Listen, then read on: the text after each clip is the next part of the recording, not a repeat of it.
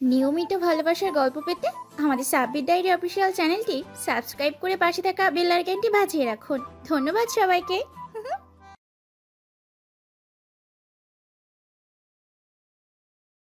Best ফ্রেন্ডের হলুদে এসে যে এইভাবে হাসির পাত্রী হব কখনো ভাবিনি।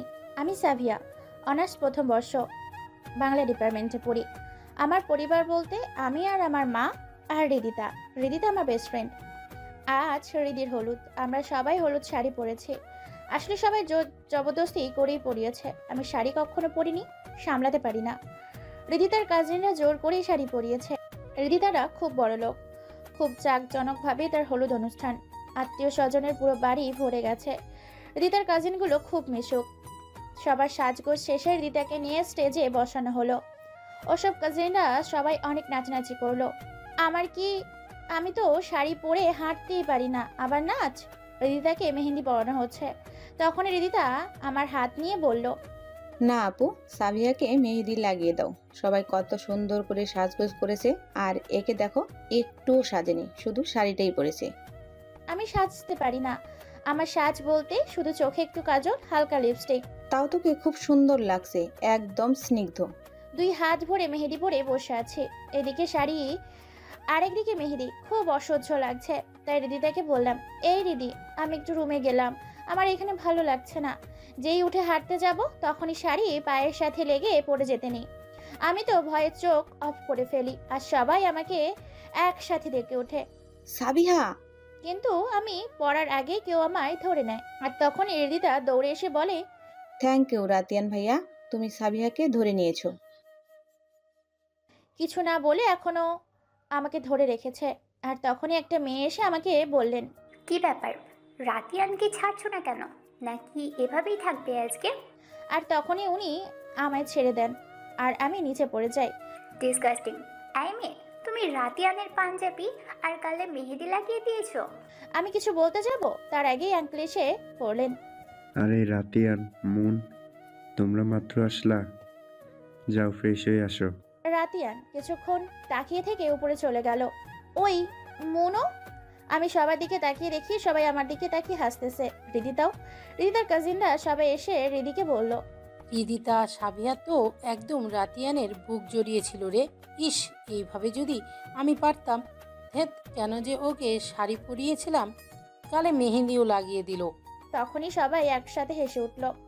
আর আমি তখন মনে মনে ভাবছি, পাজি বেটা, ধরলি বা কেন, আবার ফেলে দিলি কেন? তোরে কি বলেছিলাম আমারে ধরতে, শয়তান বেটা? আর এই শয়তান বেটাটা রিদিতার কি হয় কখনো তো দেখি নাই। সবার কথায় লজ্জা পেয়ে আমি রুমে চলে গেলাম। মেহেদি আর শাড়ি চেঞ্জ করে নিলাম। তারপর আর রুম থেকে বের হয়নি। ছি, কি লজ্জা, কি লজ্জা। রিদিতার হলুদ অনুষ্ঠান শেষ হলো রাত 12টায়। রিদিতার রুমে এসে ফ্রেশ হয়ে আমাকে ডাকতেছে। এই সাবিয়া, উঠ, খাবি তো নাকি? সেই যে আসলি আর যাসনি কেন? আমি তখন রুমে এসে ফ্রেশ হয়ে ঘুমিয়ে পড়ি, আর নিচে যাইনি। ওর ডাকাডাকিতে আমার ঘুম ভেঙে যায়। তুই আমার সাথে কথা বলবি না রিদি? তোর সাথে আমি রেগে আছি। আই এম সরি সোনা, আমি আর কি করব বল। তুই পড়লি তো পড়লি, আমার ওই গম্ভীর ভাইয়ের উপরে পড়লি, আবার তাকে মেহেদিও পরিয়ে দিলি গালে আর পাঞ্জাবিতে।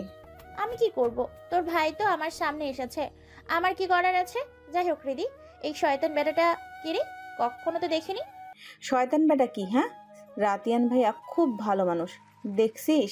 দেখতে কত হ্যান্ডসাম, ড্যাসিং, মুডি, সবার ক্রাশ, বুঝলি? কিন্তু একটু গম্ভীর, আর এই গম্ভীরতাই ভাইয়াকে আরও স্পেশাল করে তোলে। আমার সেজো আম্মুর ছেলে। আসলে সেজো আম্মু মারা যায় যখন, তখন ভাইয়া 8-এ পড়তো। সেজো আম্মু মারা যাওয়ার পর থেকেই ভাইয়া এমন গম্ভীর টাইপের হয়ে গিয়েছে। সবাই ভাইয়াকে ভয় পায়, এমনকি সেজো আব্বুও। আচ্ছা শোন না, ভাইয়াকে তুই গালে মেহেদি লাগিয়ে দিয়েছিস, ভাইয়া আমার হলুদে আসতে পারলো না। আর সব থেকে বড় কথা, তখন ভাইয়া তোকে কিছু বলল না। আমি তো ভেবেছিলাম তুই আজকে শেষ। কিছু বলিনি, মানে আমাকে যে ফেলে দিল তোর খুব ভালো ভাই, শয়তান বেটা। আমি তো ভেবেছিলাম তোকে একটা থাপ্পড় লাগিয়ে দিবে। যাই হোক, তুই বেঁচে গেছিস। সাবিহা, তোর সিবিটা আমি দিয়ে দিয়েছি। সিরিয়াসলি জান? খুব ভালো। মা, আসলে আমার খুব খুব দরকার ছিল চাকরি। টিউশনের টাকায় সংসার, আমার বই, কলেজ খরচ তো আর চলবে না। তাই রিদিতা আমার চাকরির জন্য হেল্প করতেছে। আমি প্রথমে না বলেছিলাম, রিদিতার ইমোশনাল ব্ল্যাকমেলের কারণে ওকে আমার একটা সিভি দিয়ে রাখি। উম্মা, চল এখন খাবি। আমি এখন খাবো না সোনা, চল না দোস্ত, আমরা আজকে রাতটা গল্প করে কাটাই। আর কখনো তো তোকে এইভাবে পাবো না। আচ্ছা চল, আজকে নো ঘুম। চল ছাদে চলে যাই। খোলা আকাশের নিচে আমরা সারা রাত গল্প করব। বাকি সবাই তো ঘুমিয়ে গিয়েছে। চল চল। তারপর দুজন মিলে ছাদে চলে যায়। দুইজন দোলনায় বসে গল্প করতে থাকি। গল্পের মাঝে রিদিতার উঠবি হাসিব কল করে। সাবিয়া, হাসিব কল করেছে, তুই একটু বস, ওকে বলে আসি তুই আর আমি আজকে ব্যাচলার নাইট পালন করতেছি। আচ্ছা যা, তাড়াতাড়ি আসবে কিন্তু। আবার ভাইয়াকে পেয়ে আমার কথা ভুলা যায় না। আরে না জান, আচ্ছা তুই থাক, আমি ওইদিকে গিয়ে কথা বলে আসি। রিদিতা চলে যাবার পর আমি একা বসে আছি। আর তখনই ছাদে কেউ আসলো। অন্ধকারের জন্য শুধু ছায়া দেখা যাচ্ছে। আসলে আমি ভূতের ভয় পাই, আপনারা আবার কাউরে বললেন না জানো। ধীরে ধীরে সেই ছায়া মানবটা আমার এদিকেই আসছে। আমি তো ভয়ে ভয়ে শুধু বলছিলাম, আমার ঘাটটা মটকিও না ভূত। তারপর আমি জ্ঞান হারিয়ে ফেলি। রাত 1:56। তখন আমার জ্ঞান ফিরে। জ্ঞান ফেরার পর আমি দেখি আমি রিদিতার রুমে বিছানায় শুয়ে আছি, আর আমার পাশেই রিদিতা বসে আছে। আমি আস্তে আস্তে উঠে বসে পাশে তাকাতে দেখি বুকে হাত গুজে ভ্রু কুচকে আমার দিকে তাকিয়ে আছে সেই শয়তান বেড়া, মানে রাতিয়ান। আমি তার দিকে একটু তাকিয়ে রিদিতাকে আস্তে আস্তে বললাম, রিদিতা, তোর এই ভাই এখানে কেন? আর তুই এইভাবে বসে আছিস কেন? রিদিতা কিছু বলতে যাবে, তার আগে গম্ভীর সুরে রাতিয়ান বলল, রিদিতা, ওনাকে কিছু খাবার খাওয়াও, তারপর ওষুধটা খাওয়াতে হবে। বলে চলে যেতে নাই। আর তখনই আমি বলি, কে ওষুধ খাবে? আমি আমি কোনো ওষুধ খাবো না। আসলে আমার ওষুধ খেতে ভালোই লাগে না। চুপচাপ খাবার খেয়ে ওষুধ খেয়ে নেবেন, কোনো কথা না। আমি আর রিদিতা দুইজনই ভয় পেয়ে যায়। তারপর রাতিয়ান আর কিছু বলবে তার আগে রিদিতা ভয়ে ভয়ে বলে, ভাইয়া ভাইয়া, আমি ওকে খাইয়ে দিব, তুমি যাও ঘুমিয়ে পড়ো, অনেক রাত হয়ে গিয়েছে। বলে চলে যান। আর যেতে যেতে রাতিয়ান বিড়বিড় করে বলল, ভিতর ডিম একটা। রাতিয়ান চলে যাবার পর রিদিতা আমাকে খাবার আর ওষুধ খাওয়াইয়ে তারপর শুয়ে পড়ে। আর শুয়ে রিদিতা জিজ্ঞেস করে, তোর যে জ্বর, আমায় বলিসনি কেন? জ্বরের কারণে ছাদে জ্ঞান হারিয়ে ফেলেছিস? আরে না, তুই তো জানিস আমি ভূতে ভয় পাই। তখন ছাদে মনে হয় ভূত আসছিল, একটা ছায়া আসছিল আমার দিকে। তারপর আমার কিছু মনে নেই। তোর এই ভূতের ভয় আর গেল না, তুই তো এখন বড় হয়েছিস নাকি? আমি কি করব, আমি যে ভয় পাই। আর তখন সত্যি ভূত ছিল। আরে ভূত না, ওইটা রাতিয়ান ভাইয়া ছিল। আসলে তখন রাতিয়ানের একটা ইম্পর্টেন্ট কল আসার কারণে সাদে চলে যায় কথা বলার জন্য। কথা বলতে বলতে সাদের দিকে যায়, আর তখনই সাবিহা রাতিয়ানকে ভূত ভেবে ভয় পায় আর জ্ঞান হারিয়ে ফেলে। সাবিহা যখন বলে আমার ঘর মটকিও না ভূত, রাতিয়ান সেইটা শুনতে পায়। সাবিহার দিকে তাকায়, কিছু বলবে তার আগেই জ্ঞান হারিয়ে ফেলে। তখন রাতিয়ান গিয়ে তাকে ধরে ফেলে, দোলনায় বসিয়ে ডাকতে থাকে, শুনছেন? হালকা করে গালে থাপড়িয়ে। আর তখনই রিদিতা চলে আসে। রিদিতা রাতিয়ানকে দেখে চমকে যায় আর বলে, ভাইয়া তুমি এখানে? আর সাবিহাকে দেখে বলে, কি হয়েছে সাবিহার? সাবিহা, এই সাবিহা, কি হয়েছে তোর জান? কথা বল। সাবিহার কাছে গিয়ে ওকে ডাকতে থাকে আর কেঁদে দেয়। জ্ঞান হারিয়ে ফেলেছে, হয়তো জ্বরের কারণে। ওর জ্বর, ও তো আমাকে কিছুই বলেনি। আমি এক্ষুনি আব্বু আম্মুকে ডেকে নিয়ে আসি। আঙ্কেল আন্টিকে ডাকার দরকার নেই, রুমে নিয়ে চোখে মুখে পানি দিতে হবে। আচ্ছা, আমি নিয়ে যাচ্ছি। বলে সাবিহাকে নিয়ে যেতে চায়, কিন্তু ও পারে না। আর তখন রাতিয়ান ওকে কোলে তুলে নেয়, তারপর রুমে নিয়ে বিছানায় শোয়। চোখে মুখে পানির ছিটা দেওয়ার পর জ্ঞান ফিরে। আর তারপরের ঘটনা তো আপনারা জানেন। তোর জ্বর আর তুই আমায় কিছুই বলিসনি কেন? আর রাতে খাবারটাও খেলি না, জ্ঞান হারাবি না তো কি হবে? বলিনি, কারণ তুই আবার আমাকে নিয়ে ব্যস্ত হয়ে যাবি, আবার ওষুধ খেতে বলবি। জানিস তো আমার ভালো লাগে না ওষুধ। বাই দ্য ওয়ে, তুই জানিস তোকে রাতিয়ান ভাইয়া কোলে করে আমার রুমে এনেছে? সাবিহা অবাক হয়ে বলে, কি? মনে মনে বলি, ওই শয়তান বেটা আমাকে কোলে করে রুমে নিয়ে এসেছে। এত কিউট লাগছিল তোদের দুজনকে দেখতে, কি বলবো। ফালতু কথা রাখ আর ঘুমা। তোর কালকে বিয়ে, মনে আছে কি? ঘুমা, না হলে আবার তোর ডার্ক সার্কেল পড়ে যাবে, বউ সাজে একদম ভালো লাগবে না তোকে। তোর কারণে, শুধু তোর কারণে আমাকে বউ সাজলে ভালো লাগবে না। যা, তোর সাথে কথাই নাই। আমি এখন ঘুমাবো। Good night. গুড নাইট, আল্লাহ হাফিজ। তারপর দুইজন ঘুমিয়ে পড়ে। আর এদিকে রাতিয়ান রুমে এসে ল্যাপটপের সামনে বসে একটা ছবি দেখে দেখে সারা রাত কাটিয়ে দেয়। আজ হৃদিতার বিয়ে। পার্লারে আপুরা খুব সুন্দর করে সাজিয়েছে হৃদিতাকে। ভারী মেকআপ আর ক্রিম কালার লেহেঙ্গায় কনের সাজে খুব সুন্দর লাগছে। আর এদিকে হৃদিতার কাজিনরা তো একজন সাজতেছে ভূত হয়ে গেছে, আর আমাকে বলছে সাবিয়া আসো, সাজবে না? তুমি তো সাজলেই না। আরে ওকে বলিও না, তোমরা সাজো। ওর সাজ এই পর্যন্তই, শুধু চোখে হালকা কাজল আর হালকা লিপস্টিক, এই হলো ওর সাজ।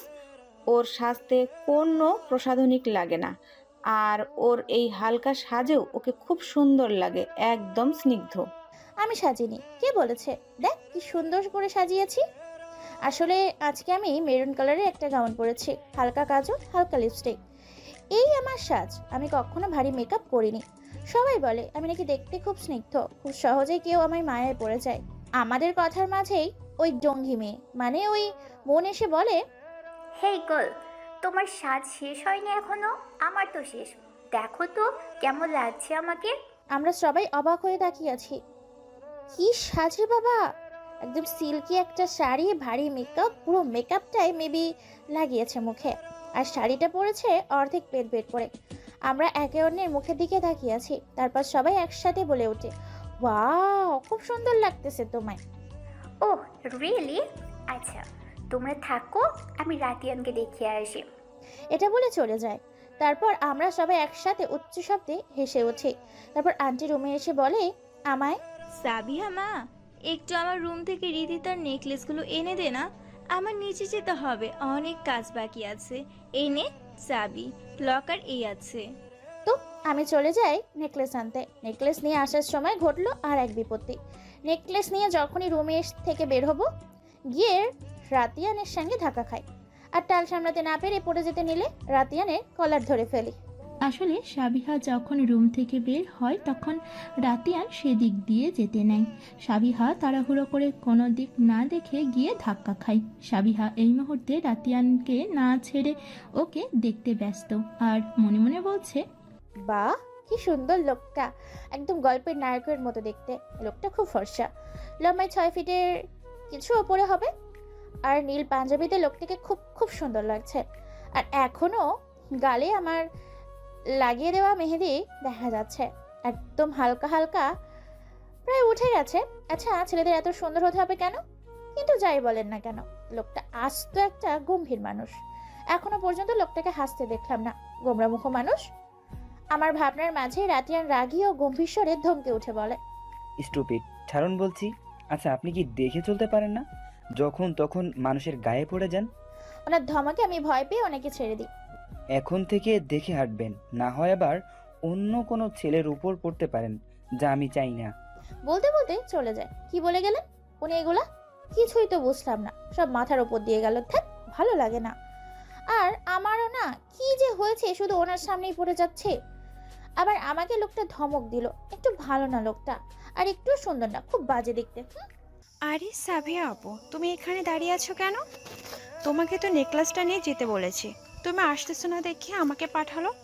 পেয়েছো তো নেকলেসটা? রিদিতার কাজিন 10ম শ্রেণীতে পড়ে, খুব মিষ্টি একটি মেয়ে। হ্যাঁ হ্যাঁ, চলো চলো, নেকলেসটা পেয়ে গেছি। তারপর আমরা দুজন চলে যাই। আলহামদুলিল্লাহ, রিদিতার বিয়ে সম্পূর্ণ হলো। স্টেজে সবাই বর কনের সাথে ছবি তুলতেছে। আমি আর রিদিতাও কিছু ছবি উঠিয়েছি। তখন রিদিতার কাজিনরা বলতেছে, দেখো তো রাতিয়ান, ভাইকে কি সুন্দর লাগছে। আমি তো ক্রাশ খেয়ে গেলাম। তো বলে দাও না, গিয়ে যে তুমি তাকে ভালোবাসো।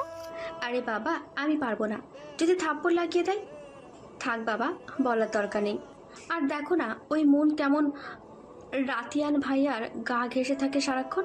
আমার তো মনে হয় এই পেতনিটাকে একটা থাপ্পড় লাগিয়ে দিই। আমি এতক্ষণ ওদের কথা শুনছিলাম। স্টেজের থেকে একটু দূরে রাতিয়ান আর মন দাঁড়িয়ে আছে। দাঁড়িয়ে না, কথা বলছে তারা। আসলে ওরা অফিসের একটি বিষয় আলোচনা করতেছে, সেটা তো আর সাবিহারা জানে না। আচ্ছা রিদিতা, শুন। বল। রাতিয়ান তো তোর কাজিন, এই মন তোর কি লাগে? ওর ব্যাপারে তো কিছু বলিসনি। মুন হচ্ছে রাতিয়ান ভাইয়ার কাজিন, আর মুন রাতিয়ান ভাইয়ার কোম্পানিতে জব করে। ও আচ্ছা, থাক, ওদের বিষয়ে আমার জেনে লাভ নাই। আমার সাথে খারাপ ব্যবহার করছে শয়তান বেটা। তারপর ওরা আবার ছবি তোলায় ব্যস্ত হয়ে পড়ে। আর এইদিকে কেউ একজন যে লুকিয়ে ফটাফট কয়েকটা ছবি তুলে নেয় সাবিহার, যা সাবিহার জানা নেই। রিদিতার বিয়ে শেষ হয়েছে আজকে 2 দিন। রিদিতাকে বিদায় দিয়ে আমি বাড়িতে ফিরে এসেছি। বিদায়ের সময় সে কি কান্না! আমি আর রিদিতা খুব বেশি কান্না পাচ্ছিল। যখন দেখলাম আঙ্কেল রিদিতাকে জড়িয়ে ধরে কাঁদছেন, তখন আমার বাবার কথা খুব করে মনে পড়ছিল। আমার বাবা বেঁচে থাকলে আমাকেও খুব ভালোবাসতো। আমি কান্নাকাটি করলে আমার প্রচুর মাথা ব্যথা হয়, তাই রুমে এসে একটু ফ্রেশ হয়ে নিই। ফ্রেশ হয়ে সব গুছিয়ে নিই। আর তখন আন্টি এসে রুমে, আন্টি আমাকে জড়িয়ে ধরে অনেক কান্নাকাটি করে। তারপর আমি আন্টিকে খাইয়ে দিয়ে আন্টি, আঙ্কেল আর রিদিতার কাজিনদের থেকে বিদায় নিয়ে আমার বাড়িতে চলে আসি। রিদিতার বিদায়ের সময় আমি খুব কান্না করছিলাম। তখন কে যেন আমার হাতে রুমাল দিয়ে চলে যায়, আর রুমালের মাঝে কালো মার্কার দিয়ে লেখা ছিল, অন্যের বিদায়ে এত কাঁদলে নিজের বিদায়ে তো কান্না করে সাগর বানিয়ে ফেলবে। শুভারাঙ্গা সুহাসী, প্লিজ আর কেঁদো না তুমি। কাঁদলে আমার একদম ভালো লাগে না। এই দ্বিতীয়বারের জন্য কারো চোখের পানি দেখে বুকের বাঁ পাশটায় চিনচিনে ব্যথা অনুভব করছি। আমার মা আর তোমার চোখের পানি কেমন যেন আমাকে ছন্ন ছাড়া করে ফেলে। বুকের ভিতর সূক্ষ্ম ব্যথা অনুভব করি। আমি তো এইটা দেখে রীতিমতো অবাক। এগুলো কে লিখেছে? আর রুমালটাই বা কে দিল? ধ্যাত, অতিরিক্ত কান্নার মাথা ব্যথার জন্য। আর তখন অনেক লোকজন ছিল, খেয়ালই করিনি। রিদিতার বিদায়ের পর ওই শয়তান বেটা, মানে ওই রাতিয়ান আর তার ঢঙ্গি বেডি মনের সাথে দেখা হয়নি। তাতে আমার কি? আমার পক্ষে আর এইখানে থাকা সম্ভব না। বাসায় মাকে একা রেখে এসেছি। একা না, আমার পাশের বাসার এক খালাকে রেখে এসেছি 2 দিনের জন্য। তাই আমাকে আজ চলে আসতে হয় 2 দিন পর। কি রে সাহিবা, ওঠ না। তুই না বলেছিলি 9টায় ডেকে দিতে, 9টা তো বেজে গেছে। আজ আমার একটা ইন্টারভিউ আছে। রাত জেগে একটু পড়েছি, তো সকালে উঠে ফরজের নামাজ পড়ে নি, একটু ঘুমিয়ে নিই। আর মাকে বলি আমাকে ডেকে দিতে। আম্মুর ডাকে আমার ঘুম ভেঙে যায়। আর মোড়ে ভেঙে উঠে বসি আর বলি, হ্যাঁ মা, আমি উঠে গেছি, তুমি যাও, আমি ফ্রেশ হয়ে আসি। যা, ফ্রেশ হয়ে আয়, আমি নাস্তা দিচ্ছি। আমি ফ্রেশ হয়ে একদম রেডি হয়ে নাস্তা করতে যাই, কারণ আমার ইন্টারভিউ 11টায়। আমি নাস্তা করে মার কাছ থেকে বিদায় নিয়ে বের হয়ে পড়ি মায়া গ্রুপ অফ কোম্পানির উদ্দেশ্যে। আমার বাসা থেকে যেতে 2 ঘন্টা সময় লাগে, তাই একটু আগেই বের হলাম। চাকরিটা হয়ে গেলে ওইদিকেই বাসা ভাড়া নিতে হবে। বাড়ি থেকে বের হয়ে একটা রিক্সা নিয়ে নিই এবং অফিসে চলে যাই। রিক্সাওয়ালা মামাকে টাকা দিয়ে অফিসের ভেতরে যাই। এখন আর প্রথম দিনের মতো ভয় লাগে না, এর আগেও ইন্টারভিউ দিয়েছি তাই। অফিসে গিয়ে রিসেপশনের আপুকে বলি, আর সে ম্যানেজারকে বলে ফোন করে বলে ম্যানেজার ওয়েটিং রুমে বসতে বলে। ওয়েটিং রুমে বসে আছি, আমি একাই, আর কেউ নাই। তখন একজন স্যার আসলেন আর আমাকে বললেন, আপনি কি মিস সাবিহা? জি, আমি সাবিয়া। ও আচ্ছা, আপনি আসুন আমার সাথে। বলে চলতে থাকলেন। আমি তার পেছনে পেছনে যেতে জিজ্ঞেস করলাম, আচ্ছা স্যার, আজকে কি ইন্টারভিউ ডেট না? আই মিন, কাউকে তো দেখছি না ইন্টারভিউ দিতে আসছে। কাউকে দেখলাম না, তাই জিজ্ঞেস করলাম। জি ম্যাম, আজকে ইন্টারভিউ আছে, আপনি আসুন আমার সাথে। স্যারটা একটা কেবিনের সামনে গিয়ে বলল, may I come in sir? কেবিনের ভিতর থেকে অনুমতি আসলো। Yes, come in. তারপর আমরা দুজন কেবিনে প্রবেশ করলাম। কেবিনের লোকটা মাথা নিচু করে ল্যাপটপে কাজ করছিল, আর সেদিকেই নজর রেখে বলেন, হ্যাঁ শফিক সাহেব, বলেন কি দরকার? স্যার, মিস সাবিহা এসেছেন। জি, বসেন আপনারা, এই তো আমার কাজ শেষ। বলে সাবিহাদের দিকে তাকাই। লোকটাকে দেখা মাত্রই সাবিহা হালকা চিল্লিয়ে বলে ওঠে, আরে আপনি, আপনি এখানে? আরে সাহিবা, আপনি এখানে? What a surprise! কেমন আছেন আপনি? অনেক দিন পরে দেখা হলো, তবে এইভাবে হবে ভাবিনি। আমিও ভাবিনি। আলহামদুলিল্লাহ ভালো আছি, আপনি কেমন আছেন? স্যার, আপনারা দুজনকে চিনেন? হ্যাঁ সাহিবা, বসেন না প্লিজ। স্যার, আপনারা কথা বলেন, আমি আসি। ওকে, তো মিস সাহিবা, ওই দিনের পর তো আপনার কোনো খোঁজ খবরই নেই। কোথায় হারিয়ে গিয়েছিলেন কিছু না বলে? আপনাকে কিন্তু আমি অনেক খুঁজেছি। আমার বাসাটা চেঞ্জ করে কলেজের কাছাকাছি একটা বাসা নিয়েছিলাম, ওই আর কি।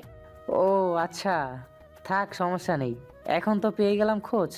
জি জি, একটু অস্বস্তি অনুভব করে বলে। লোকটি হলো সিজান রহমান, কোনো এক বড় কোম্পানিতে ম্যানেজার পোস্টে জব করেন। উনি যে এই কোম্পানিতে জব করেন জানতাম না। উনি আমরা যে বাসায় থাকতাম তার পাশের ফ্ল্যাটে থাকতেন। ওনার সাথে পরিচয় হয় আমার মা একদিন বাজার করতে গিয়েছিলেন। যেহেতু আমি আর মা থাকি তাই বাজারটা আমাদেরই করতে হয়। বাড়িতে ফেরার পথে মা হঠাৎ অসুস্থ হয়ে পড়ে। ওর রাস্তায় সিজন ভাইয়া ছিল, যেহেতু মাকে চিনতেন তাই তখন সিজন ভাইয়া মাকে ডক্টর দেখিয়ে বাড়িতে নিয়ে আসেন। ওনাকে তার আগে আমি চিনতাম না, তারপর থেকে ওনাকে চেনা। অবশ্য সিজন ভাইয়া অনেক ভালো মানুষ, ভালো মনের মানুষ। তারপর কিছুদিন পরপরই ওনার সাথে দেখা হতো, আর মাঝে মাঝে উনি আগ বাড়িয়ে কথা বলতেন। কিছুদিন পর আমরা ওই বাসা পাল্টিয়ে আমার কলেজে কোচিংয়ে পড়াই, তার কাছাকাছি বাসা নেই। তারপর আর ওনার সাথে দেখা হয়নি। এই নিন আপনার জয়েনিং লেটার। কাল থেকে আপনার অফিস শুরু। আর আপনি হচ্ছেন আমাদের একমাত্র রাগী আর গম্ভীর বসের পিএ। জি জি, মানে রাগী আর গম্ভীর। আর জয়েনিং লেটার মানে আমার জব হয়ে গেছে? সিজান সাবিহার ভয় পাওয়া মুখ দেখে সিজান হেসে দিয়ে বলল, সাবিহা, আপনার একটুতে ভয় পাওয়া দেখি এখনো কমেনি। আর হ্যাঁ, আপনার ভয় পাওয়ার মুখটা খুব সুন্দর লাগে দেখতে। সাবিহা একটু হেসে। আসলে সিজানের কথাগুলো এই মুহূর্তে সাবিহাকে খুব অস্বস্তিতে ফেলছে। এমনিতে জবের ভয়, তারপর বস নাকি রাগী, সব মিলিয়ে। তবে গম্ভীর কথা শুনতেই সর্বপ্রথম হৃদিতার কাজিন রাতিয়ানের কথা মনে হয়ে গেল। ভয় পাবেন না, আমাদের বস রাগী আর গম্ভীর হলেও খুব ভালো মানুষ। যাই হোক, আমরা কাজের কথায় আসি। হ্যাঁ, আপনার জব হয়ে গেছে। আপনার জবের জন্য বসের বাবা কথা বলেছেন বসের সাথে। যেহেতু আমাদের এখানে আপাতত কোনো পোস্ট লোক লাগবে না, খালি নেই, তাই আপনাকে বসের পিএ হিসেবে চাকরিটা দেওয়া হয়েছে। অবশ্য আমাদের স্যার এতদিন সব কাজ একাই সামলিয়েছেন, আর তার কোনো পিএ ছিলেন না। নিজের কাজ নিজে করতেই ভালোবাসেন, আর বরাবরই তিনি খুব গোছানো মানুষ। আপনাকেও ঠিক স্যারের মতো হতে হবে। সাবিহা মনে মনে ভাবছে, আলো, এ তো একদম গম্ভীর সিও। আর আমার জন্য বসের বাবা সুপারিশ করেছে, আমার জন্য তিনি আবার কে? কি ভাবছেন সাবিহা? এখন আমার সাথে আসেন, স্যারের সাথে পরিচয় করিয়ে দিই। জি হ্যাঁ হ্যাঁ, মানে আসেন। তারপর আমরা একটি কেবিনের সামনে এসে দাঁড়ালাম। কেবিনের দরজায় লেখা ছিল রাতিয়ান চৌধুরী। নামটা দেখে আমি ভয় পেয়ে যাই, আর ভিতরে গিয়ে যা দেখলাম তাতে তো আমি অবাক হয়ে তাকিয়ে থাকি তার দিকে, আর ভাবতে থাকি উনিই তাহলে সেই গম্ভীর বস। হ্যাঁ, এই রাতিয়ান, হৃদয়ের কাজিন রাতিয়ান। আমার ভাবনা কেটে যায়। তখন রাতিয়ান বলে, এভাবে তাকিয়ে না থেকে কিছু বলার থাকলে বলেন। এভাবে আমার সময় নষ্ট করার মানেই হয় না। আমিও তাকিয়েছিলাম, আমার সাথে সাথে সিজন ভাইয়াও তাকিয়েছিল। এটা বলেই রাতিয়ান ল্যাপটপে কাজ করছিলেন, তাতে মন দিলেন। তখন সিজন ভাইয়া বলতে শুরু করলেন, স্যার, উনি মিস সাবিহা, আপনার পিএ হিসেবে কালকে জয়েন করবেন। আর তখনই মুন আসে আর সাবিহাকে দেখে বলে, আরে সাবিয়া, তুমি এখানে? উনি রাতিয়ান স্যারের পিএ। কি? রাতিয়ান তুমি আর পিএ? এতদিন পর তোমার মনে হলো তোমার পিএ প্রয়োজন? রাতিয়ান গম্ভীর স্বরে সাবিহাকে আর সিজানকে বলল, আপনারা আসতে পারেন। আর হ্যাঁ, একদম টাইমলি অফিসে আসতে বলে দিবেন। আমার কিন্তু লেট একদম পছন্দ না। তারপর আমরা চলে আসি। মন কেবিনেই থেকে যায়। যেহেতু আমার কালকে থেকে অফিসে আসতে হবে, তাই আজকে আমি বাড়িতে ফিরে আসি। সিজন ভাইয়া আর আমি কথা বলতে বলতে নিচে চলে আসি। সিজন ভাইয়া কিছু কথা বলে রিক্সা ডেকে দেয়। আর কেউ যে তাদের দিকে রক্তচক্ষুতে তাকিয়ে আছে তা আর তাদের জানা হলো না। রিক্সায় বসে আমি মনে মনে ওই শয়তান বেটাকে গালি দিতে থাকি। শয়তান বেটা, কানার, বয়রা, ঠসা বেটা। এমন ভাব করলো মনে হয় আমাকে চিনেই না, কখনো দেখেইনি। বয়রা বেটা কোনহানকার। আবার নিজে নিজেই ভাবতে থাকি, ধ্যাত কি বলি এইসব, উনি তো আর বয়রা না, আমিও না কি যে বলি। বাড়িতে পৌঁছাতে 4টা বেজে যায়। বাড়ি ফিরে ফ্রেশ হয়ে মায়ের সাথে কিছু কাজে সাহায্য করি। তারপর রুমে গিয়ে রিদিতাকে কল করি। হ্যালো সাবিহা, কেমন আছিস? হ্যাঁ ভালো, তুই? আমিও ভালো আছি। রিদিতা, আমার জব হয়ে গেছে। সত্যি সাবিহা? ট্রিট দিবি না আমায়? দিব। তার আগে বল, তুই কি আমার সিভিটা তোর কাজিন রাতিয়ানকে দিয়েছিলি? না তো, সেজু আব্বুকে দিয়েছিলাম। ও আচ্ছা, উনি আমার জন্য সুপারিশ করেছেন। যাই হোক, এখন বল কবে থেকে তোর অফিস? কালকে থেকে। হাসিব ভাইয়া আর তোর বাড়ির সবাই কেমন আছেন? আলহামদুলিল্লাহ, সবাই ভালো আছে। আচ্ছা সাবিয়া, পরে কথা বলি, শাশুড়ি আম্মার ডাকে। বাই জানো। আল্লাহ হাফেজ। তারপর রাতে খেয়ে ঘুমিয়ে পড়ি। কালকে থেকে অফিস। একটা চল্লাদ বস, অফিস করলে তো আর কোচিংয়ে পড়াতে পারবো না, না করে দিতে হবে। এসব ভাবতে ভাবতেই ঘুমিয়ে পড়ি। এইদিকে প্রতি রাতের ন্যায় রাতিয়ান ল্যাপটপে তার শুভ্র রঙা সুহাসীর ছবি দেখে সারা রাত কাটিয়ে দিচ্ছে। রাতিয়ান ইচ্ছা করে সাবিহাকে তার বিয়ে বানিয়েছে, যাতে সে সব সময় সাবিহার কাছাকাছি থাকতে পারে এবং তাকে মন ভরে দেখতে পারে আর তার এই অশান্ত মনকে শীতল করতে পারে। রাতিয়ানের রিদিতার বিয়েতে যাওয়ার ইচ্ছা বা সময় কোনোটাই ছিল না, শুধু তার বাবা আর তার আন্টির জোড়াজোড়িতে যাওয়া। কিন্তু রিদিতার বিয়েতে গিয়ে যে তার মনের গহীনে বসবাসকারিণীকে পেয়ে যাবে কখনো ভাবেনি। ঠিক 1 মাস আগের কথা, অফিসের একটা ইম্পর্টেন্ট মিটিংয়ের জন্য যাওয়ার সময় রাস্তায় জ্যামে 30 মিনিট সময় প্রচণ্ড অস্বস্তি, প্রচণ্ড রাগান্বিত হয়ে যখন আটকে বসেছিল, তখন ঠিক তার গাড়ির পাশে 2 জন মেয়ের কথোপকথন শুনে গাড়ির গ্লাস ভেদ করে তাকাতেই দেখতে পাই রিকশায় একটি মেয়ে, তার চুলগুলো খোলা, পরনে সাদা গ্রাউন আর চোখে হালকা কাজল। মেয়েটা যেন একদম শুভ্রতার প্রতীক, আর একটি মুখটা একদম শুকনো, মনে হয় একটি ফুলও বিক্রি করেনি। আর সেই মেয়েটাকে গিয়ে বলল, মেয়েটি হেসে দিয়ে পিচ্চিটার গাল টেনে দিয়ে বলল, দিয়ে দাও দুটো। মেয়েটা 2টো ফুল কিনে নিল এবং তার থেকে একটি ফুল মেয়েটির কানে গুঁজে দিয়ে হেসে হেসে বলল, শোনো কি ওটা ডিব্বা, তুমি তো নিজেই একটা ফুল, তোমার কাছে তো সব ফুল হার মেনে যাবে। তার ব্যাগ থেকে একটি চিপস পিচ্চিটাকে দিয়ে দিল। তারপর পিচ্চি আর সেই মেয়েটা একসাথে হেসে ওঠে, আর তাদের হাসি দেখে কেউ একজনের রাগ নিমেষেই গলে যায়। যে মানুষটা সহজে হাসে না, সে নিমেষেই নিজের আপন মনে মুচকি হেসে ওঠে, কিন্তু পরমুহূর্তে তার মায়ের হাসি মুখটা মনে পড়ে যা আর ভাবতে থাকে তার মাও যে এমন ছিল। তার ভাবনার মাঝেই হঠাৎ করে জ্যাম কেটে যায়, আর মেয়েটার রিক্সাও চলে যায়, আর তার গাড়িও ছুটে চলে যায় গন্তব্যে। তারপর থেকে আজ পর্যন্ত মেয়েটাকে ভুলতে পারিনি। প্রথম রাতিয়ান খুব রেগে যেত, কেন সে ওই মেয়েটাকে নিয়ে এত ভাবে, কেন সে ভুলতে পারে না সেই মেয়েটাকে, কেন সেই মেয়েটাকে এক পলক দেখার জন্য তার মনটা অশান্ত হয়ে ওঠে প্রতি রাতেই, কেন মেয়েটার সেই হাসি মুখটা মনে করে নির্ঘুম রাত কাটায়। তাহলে কি সেই মেয়েটাকে ভালোবেসে ফেলেছে? সে নিজেই নিজেকে বলে না, এটা কখনো না, কিন্তু সে প্রতিদিনের ঠিক বুঝে গেছে, হ্যাঁ সে মেয়েটাকে ভালোবাসে, তাই মেয়েটাকে খুঁজতে থাকে। সাবিহার সেদিন ইন্টারভিউ ছিল, সে ইন্টারভিউ দিতে যাওয়ার সময়ই সে পিচ্ছি মেয়েটার থেকে ফুল কিনে, কিন্তু সে ওই দিন ইন্টারভিউ দিতে যেতে পারেনি। তার মার অসুস্থতার কারণে তাকে ফিরে আসতে হয়, আর না সে রাতিয়ানের সম্পর্কে কিছু জানে। ঘড়িতে ঠিক সকাল 9টা বেজে 1 মিনিট। অফিসে এসে পৌঁছেছে সাবিহা। অফিসের প্রথম দিন কাউকে চিনি না, শুধু সিজানকে ছাড়া, তাই সর্বপ্রথম সিজানের কেবিনে এর দিকে যাই। পরবর্তী সিজান সবার সাথে সাবিহাকে পরিচয় করিয়ে দেয়। অফিসে রূপসা নামের একটি মেয়ে, দেখতেও যেমন মাশাআল্লাহ, কথাও ব্যবহার অনেক সুন্দর। সাবিহার সাথে অল্প সময়ের মধ্যেই ফ্রেন্ড হয়ে যায়। সবার সাথে পরিচয় হওয়া শেষে সাবিহাকে তার ডেস্কে পৌঁছে দেয় সিজান।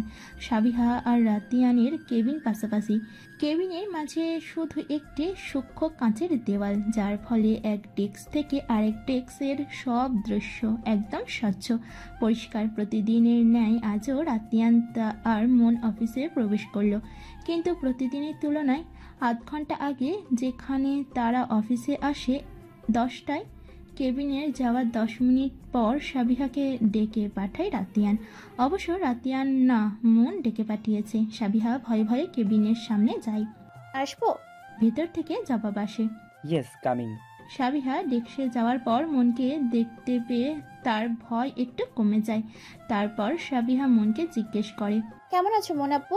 মন ভ্রুকুঁচকে বলে ওঠে, ভালো। শুনে রাখো সাবিয়া, এটা অফিস, এখানে আর যেন কখনো তোমাকে আপু বলতে না শুনি। আর হ্যাঁ, অবশ্যই ম্যাম বলবা। আর যেহেতু তুমি এই অফিসে কর্মরত, সব কাজ খুব ভালোভাবেই করবা, কখনো কাজে ফাঁকিবাজি করবা না। মনে রাখবা, আঙ্কেলের কথাই তুমি জবটা পেয়েছো। আর এদিকে রাতিয়ান তো শুধু তার সুহাসীর ওই মায়াবী চোখের দিকে তাকিয়ে আছে। জি হ্যাঁ ম্যাম, মনে থাকবে। আর চোখে একবার রাতিয়ানের দিকে তাকিয়ে ছলছল চোখে একটু হাসার চেষ্টা করে বলছে, ঠিক এই কারণে সাবিহা চায়নি রাতিয়ান কেন কারো হেল্প নিতে। লোকের কাছে শুনতে হবে মানুষের দয়ায় চাকরিটা পেয়েছে। গুড। এখন অফিস ক্যান্টিন থেকে 2টা কফি নিয়ে আসো যাও। মন ইচ্ছে করে সাবিহা বলছে, কেননা কফি আনার জন্য তো কদম রয়েছেই। জি ম্যাম, যাচ্ছে। হঠাৎ করে মায়াবী ওই দুই চোখে জল ছলছল করতে দেখেই রাতিয়ানের সম্মিত ফিরে আসে। তারপর গম্ভীর স্বরে মনের উদ্দেশ্যে বলে ওঠে, লিসেন মন, প্রথমত সাবিহা হচ্ছে আমার পার্সোনাল অ্যাসিস্ট্যান্ট, তোমার না। আর চা কফির জন্য কদম রয়েছে, সাবিহাকে রাখা হয়নি তার জন্য। রাতিয়ান, আমি তো জাস্ট দেখছিলাম সাবিহা কতটা কাজ করতে পারে বা পারবে। উনি কতটা কাজ করতে পারবে না পারবে সেটা তোমাকে দেখতে হবে না, সেটা আমি দেখে নিব। আর একটা কথা মাথায় রেখে দিও, তুমিও কিন্তু বাবার কথাতেই জবটা পেয়েছো। রাতিয়ানের এমন কথাই মনে রেখে যায়। রাগান্বিত হয়ে বলে ওঠে, তুমি বাইরের এই মেয়েটার জন্য বাইরের মেয়েটার সামনে আমাকে অপমান করছো রাতিয়ান। রাতিয়ান একদম স্বাভাবিকভাবেই কাজ করতে বলল। অপমান নয়, শুধু তোমাকে মনে করিয়ে দিলাম। মন ন্যাকা কান্না করে কেবিন থেকে বের হয়ে গেল। আর সাবিহা এতক্ষণ নীরব দর্শকের মতো ফ্যালফ্যাল করে তাকিয়ে সব দেখছিল আর ভাবছিল, স্যার কেন এমন কথা বলছে মোনাপুর সাথে, তাও আমার জন্য। আর তখন রাতিয়ান একটি ফাইল দিয়ে বরাবরের মতো গম্ভীর স্বরে বলে ওঠে, আপনার ভাবাভাবি শেষ হলে এখন এই ফাইলটা নিন আর ফাইলটা ভালোভাবে বুঝে নেবেন। আগামীকাল আমাদের একটি ইম্পর্টেন্ট মিটিং রয়েছে। জি স্যার। ফাইলটা নিয়ে চলে যায় নিজের ডেস্কে। সাবিহা যখন কাজে ব্যস্ত আর কেউ একজন তাকে দুই চোখ ভরে দেখায় ব্যস্ত। দুপুর 2টা সিজন আসে সাবিহা ডেস্কে। এখনো কাজ করো নাকি? তুমি তো অনেক কাজের সাবিহা। সাবিহা হেসে দেয়, এখন তো লাঞ্চ আওয়ার, লাঞ্চ করবা না? চলো ক্যান্টিনে যাই আমরা। আপনি যান ভাইয়া, আমি এখন যেতে পারবো না, প্রথম দিন তো, তাই সব বুঝে ওঠার জন্য একটু সময় লাগবে আমার ভাইয়া। কোনো কথা না, এখন লাঞ্চ আওয়ার, তুমি এখন আমার সাথে যাবে, অন্তত একটা কফি খাবে। সিজানের জোড়াজড়িতে অবশেষে সাবিহাকে যেতেই হয়। আর এদিকে রাতিয়ান তো তার নিয়ন্ত্রণ হারিয়ে ফেলেছে। সাবিহাকে সিজানের সাথে হেসে হেসে কথা বলতে দেখে সাবিহা সিজান ক্যান্টিনে একটি টেবিলে বসে কফি খাচ্ছে। সিজান কফি রেখে সাবিহাকে জিজ্ঞেস করলো, সাবিহা, তোমাকে একটি কথা বলার ছিল। বলেন। না মানে কিছু মনে করবে না তো? এইবার সাবিহা সিজানের দিকে তাকায়। সিজানের সিরিয়াস হওয়া মুখের দিকে তাকিয়ে বলে, কি বলবেন বলেন না, এত সংকোচ বোধ করার কি আছে? আসলে কিভাবে যে বলি, আমি না তোমার। পুরো কথা শেষ হওয়ার আগেই সেখানে রূপসা চলে আসে। আরে সাবিহা, সিজান ভাইয়া, আমি বসি আপনাদের সাথে। সিজান হেসে দিয়ে বলে ওঠে, হ্যাঁ হ্যাঁ বসো না। রূপসা সেই হাসিটার দিকে তাকিয়ে থাকে। তার এই হাসিটার জন্যই তো সে তার মায়ায় পড়ে গেছে। 1 বছর যাবৎ রূপসা সিজানের প্রেমে হাবুডুবু খাইতেছে, কিন্তু বলার সাহস হয়নি কখনো। হ্যাঁ ভাইয়া, কি যেন বলতে চাইলেন, বললেন না তো? না থাক, অন্য একদিন বলবো। আচ্ছা তোমরা কথা বলো, আমি একটু আসছি। সিজান চলে যায়। সাবিহা, তোমরা কিভাবে একে অপরকে চেনো, মানে তোমাদের পরিচয় কিভাবে হয়েছে? আমরা পাশাপাশি বাসায় থাকতাম। ও তাই নাকি? তাহলে তুমি ওনার সম্পর্কে অনেক কিছুই জানো, তাই না? আচ্ছা, উনি কি রিলেশনে আছে বা কাউকে লাইক করে? আমি জানি না তো এসব বিষয়ে কিছু, কেন বলো তো? না তেমন কিছু না, এমনি জিজ্ঞেস করলাম। চলো যাই। বর্তমানে রাতিয়ান স্যারের সামনে দাঁড়িয়ে আছি আর টেবিলে 10 থেকে 15টা ফাইল রাখা। আর রাতিয়ান স্যার সে তো তার কাজ নিয়ে বিজি, কাজ করতে করতেই বললেন, কি হলো, ফাইলগুলো নিন আর সব ফাইলগুলো ভালোভাবে বুঝে নেবেন।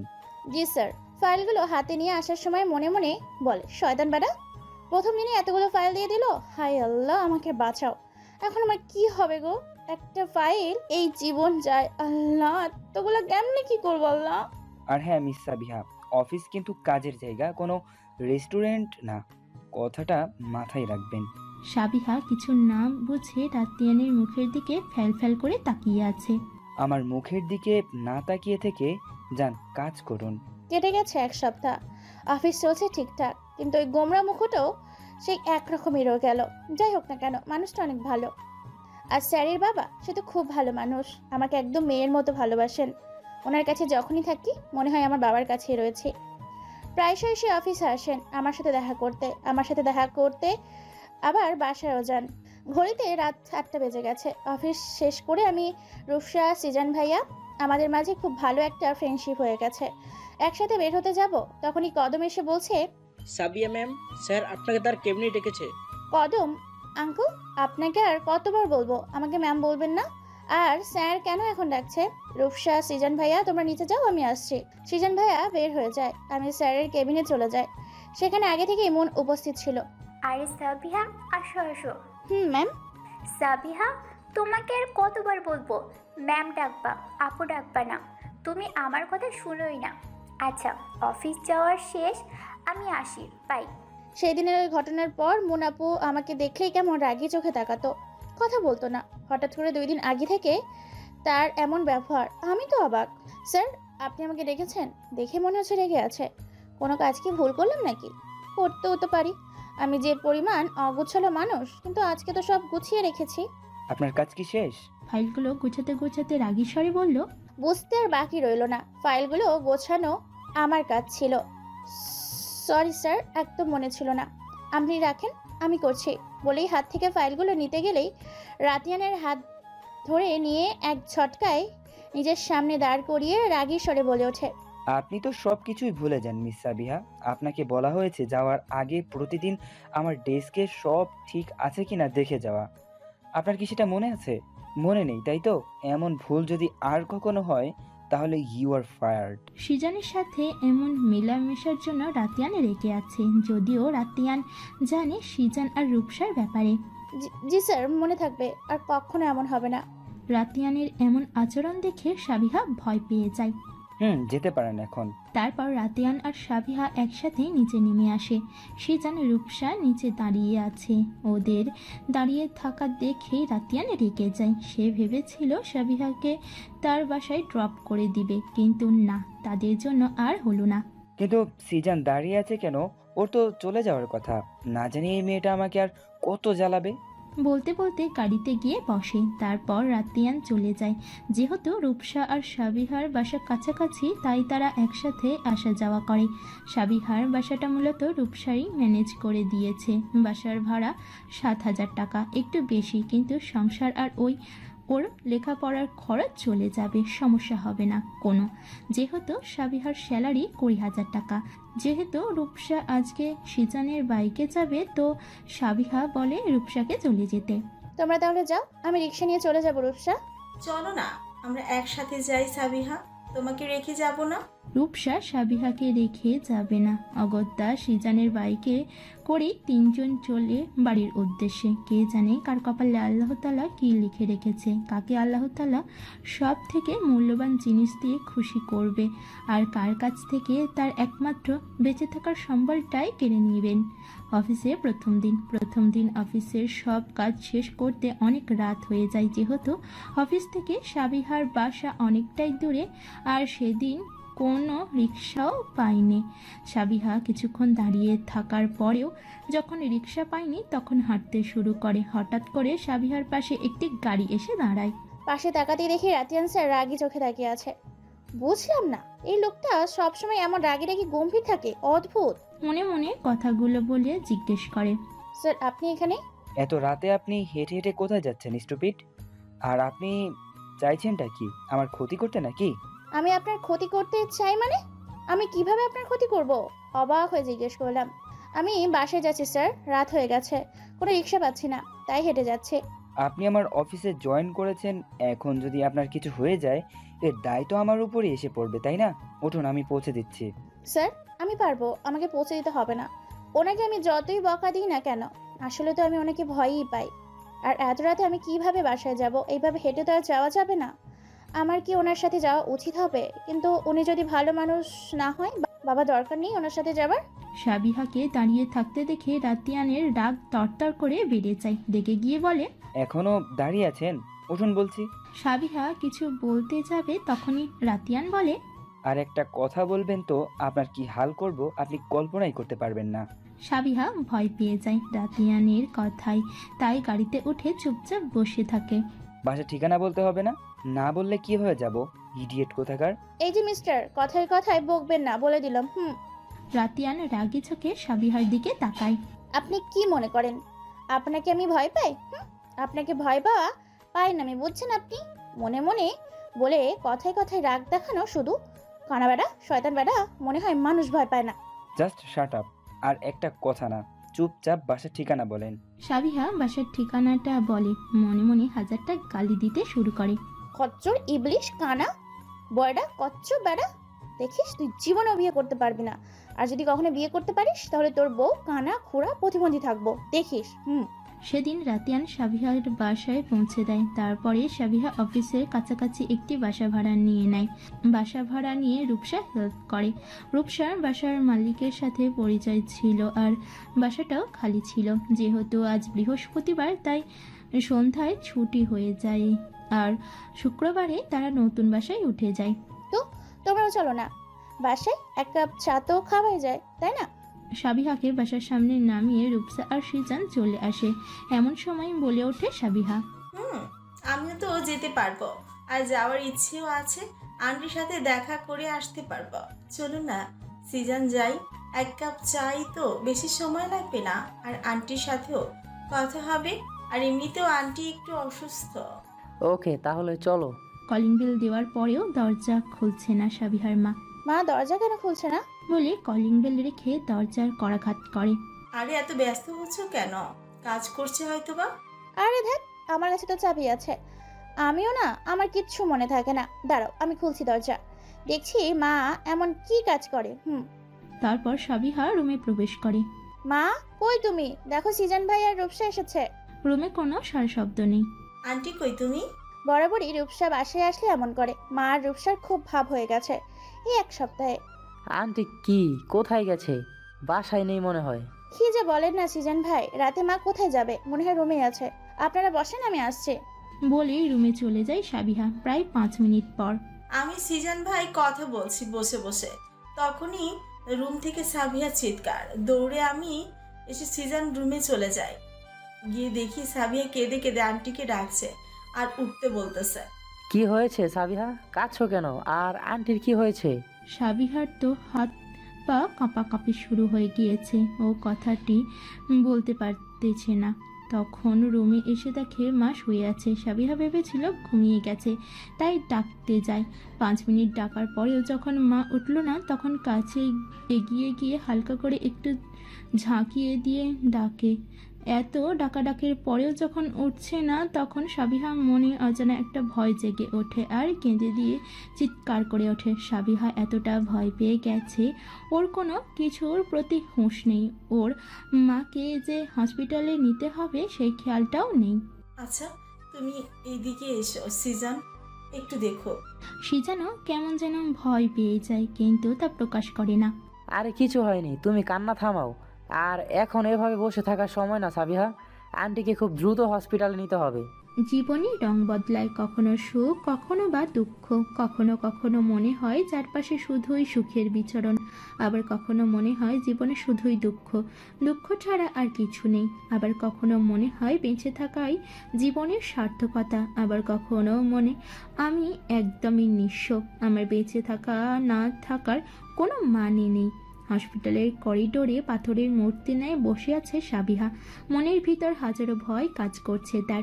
না, সে আর কাঁদছে না। হসপিটালে আসার পরে সে আর কাঁদেনি। তার পাশেই বসে আছে রূপসা। একটু দূরেই দাঁড়িয়ে আছে সিজান আর রাতিয়ান। রাতিয়ান এক দৃষ্টিতে তাকিয়ে আছে সাবিহার ওই শুকনো মুখের পানে। রাতিয়ানের বুকের ভিতর অসহ্য এক ব্যথা অনুভব হচ্ছে। কেন যেন সাবিহার মুখটা দেখে ভিতরটা দুমড়ে মুচড়ে যাচ্ছে। রাতিয়ান তখন বাসায় যায়নি, সাবিহাদের বাসার সামনে একটু দাঁড়িয়েছিল। কেন জানি না রাতিয়ানের মন বারবার বলছিল একটু দাঁড়িয়ে যেতে। কিছুক্ষণ থেকে যখন রাতিয়ান চলে আসবে, তখনই ওদের সবাইকে দেখে নিচে আসতে, আর রচিনা রেনুকে সিজন কোলে করে নিচে নিয়ে এসে দাঁড়ায়। তারপর রাতিয়ানি ওদেরকে হসপিটালে নিয়ে আসে। এই তো 5 মিনিট আগে রচিনা রেনুকে সাবিহার মা আইসিইউতে নেওয়া হয়েছে। কিছুক্ষণ পরেই ডক্টর বের হয়ে আসে আইসিইউ থেকে। ডক্টরকে বের হতে দেখেই সাবিহা দৌড়ে চলে যায় ডক্টরের কাছে, আর ওর সাথে সাথে সিজান, রূপসা আর রাতিয়ান। ডক্টর, আমার মা কেমন আছে এখন? সুস্থ হয়ে যাবে তো আমার মা? উত্তেজিত ও ব্যস্ত হয়ে জিজ্ঞেস করে। দেখুন, আগে আপনি একটু শান্ত হন। পৃথিবীতে কেউ সেদিন থাকে না, সবাইকে একদিন চলে যেতে হবে। মানুষ মাত্রই মরণশীল। আপনাকে নিজেকে শক্ত করতে হবে। কী সব বলছেন ডক্টর? আগে আপনি বলুন না আমার মা কেমন আছে। আমার মা ঠিক আছে তাই না? কিছু হয়নি? বলুন বলুন না, চুপ করে আছেন কেন? She is no more. ওনার হার্ট অ্যাটাক হয়েছে। হার্ট অ্যাটাকের ফলে তার হৃৎপিণ্ডের রক্ত চলাচল বন্ধ হয়ে যায়, যার ফলে তার মৃত্যু হয়। আপনি মিথ্যে বলছেন তাই না? আমার মার কিছু হয়নি, আমার মার কিচ্ছু হতে পারে না, আমার মার কিছু হবে না। তারপর দৌড়ে তার মায়ের লাশের কাছে চলে যায় আর পাগলের মতো কথা বলতে থাকে। মা, ও মা, মা মা ওঠো না মা, দেখো না ডক্টর কি বলছে। আমি তো জানি তোমার কিচ্ছু হয়নি তাই না? ওঠো না মা, তুমি ছাড়া আমার কি আছে বলো? বাবা তো তোমার কাছে রেখে গেছে, তুমি কার কাছে রেখে গেলে মা? আমার যে আর এই পৃথিবীতে কেউ রইলো না মা। ও মা ওঠো না, তুমি আমাকে রেখে যেতে পারো না। পাশেই দাঁড়িয়ে সিজান রূপসা কাঁদছে। রাতিয়ান একদম চুপচাপ দাঁড়িয়ে আছে। সে তো জানে মা হারানো কতটা কষ্টের, যন্ত্রণার। এই রূপসা, রূপসা মাকে বলো না আমার সাথে কথা বলতে। রূপসা শুধু কাঁদছে। সাবিহাকে কি বলে সান্ত্বনা দেবে তা তার জানা নেই। সিজন ভাই, আপনি বলুন না মাকে কথা বলতে, বলুন না সিজন ভাই। আমার যে মা ছাড়া আর কেউ নেই, আমি কিভাবে বাঁচবো মাকে ছাড়া? রোজিনা রেনুর কালে হাত রেখে সাবিহা বলছে, মা, ও মা, তুমি তো বলেছিলে আমি ছাড়া তোমার কেউ নেই। তুমি ছাড়াও তো আমার কেউ নেই মা। তোমার কিচ্ছু হয়নি তাই না মা? হ্যাঁ, তুমি আমার সাথে মজা করছো তাই না? আমি জানি তোমার কিচ্ছু হয়নি মা। ক্রমে সাবিহার পাগলামো বাড়তে থাকে। রাতিয়ান সাবিহার এই অবস্থা দেখে আর সহ্য করতে পারে না। রূপসা, ওনাকে বাইরে নিয়ে যাও, উনি আরো অসুস্থ হয়ে পড়বেন। রূপসা গিয়ে সাবিহাকে নিয়ে আসতে চাইলে সাবিহা বলে ওঠে, আমি কোথাও যাব না, কোথাও যাব না, আমাকে মায়ের কাছে থাকতে হবে। মা উঠে আমাকে না দেখলে চিন্তা করবে। রূপসা, আমি কোথাও যাব না। রূপসা সাবিহাকে অনেক কষ্টে বাহিরে নিয়ে যায়। কথাই আছে না, অল্প সুখে কাতর, অধিক সুখে পাথর। কথাটা একদম সঠিক। মানুষ কখনো কখনো অল্প দুঃখেই কাতর হয়ে যায়, আর যখন দুঃখের পরিমাণ বেড়ে যায় তখন তাদের কোনো আহাজারি থাকে না, ঠিক যেন পাথরের মূর্তির ন্যায় হয়ে যায়।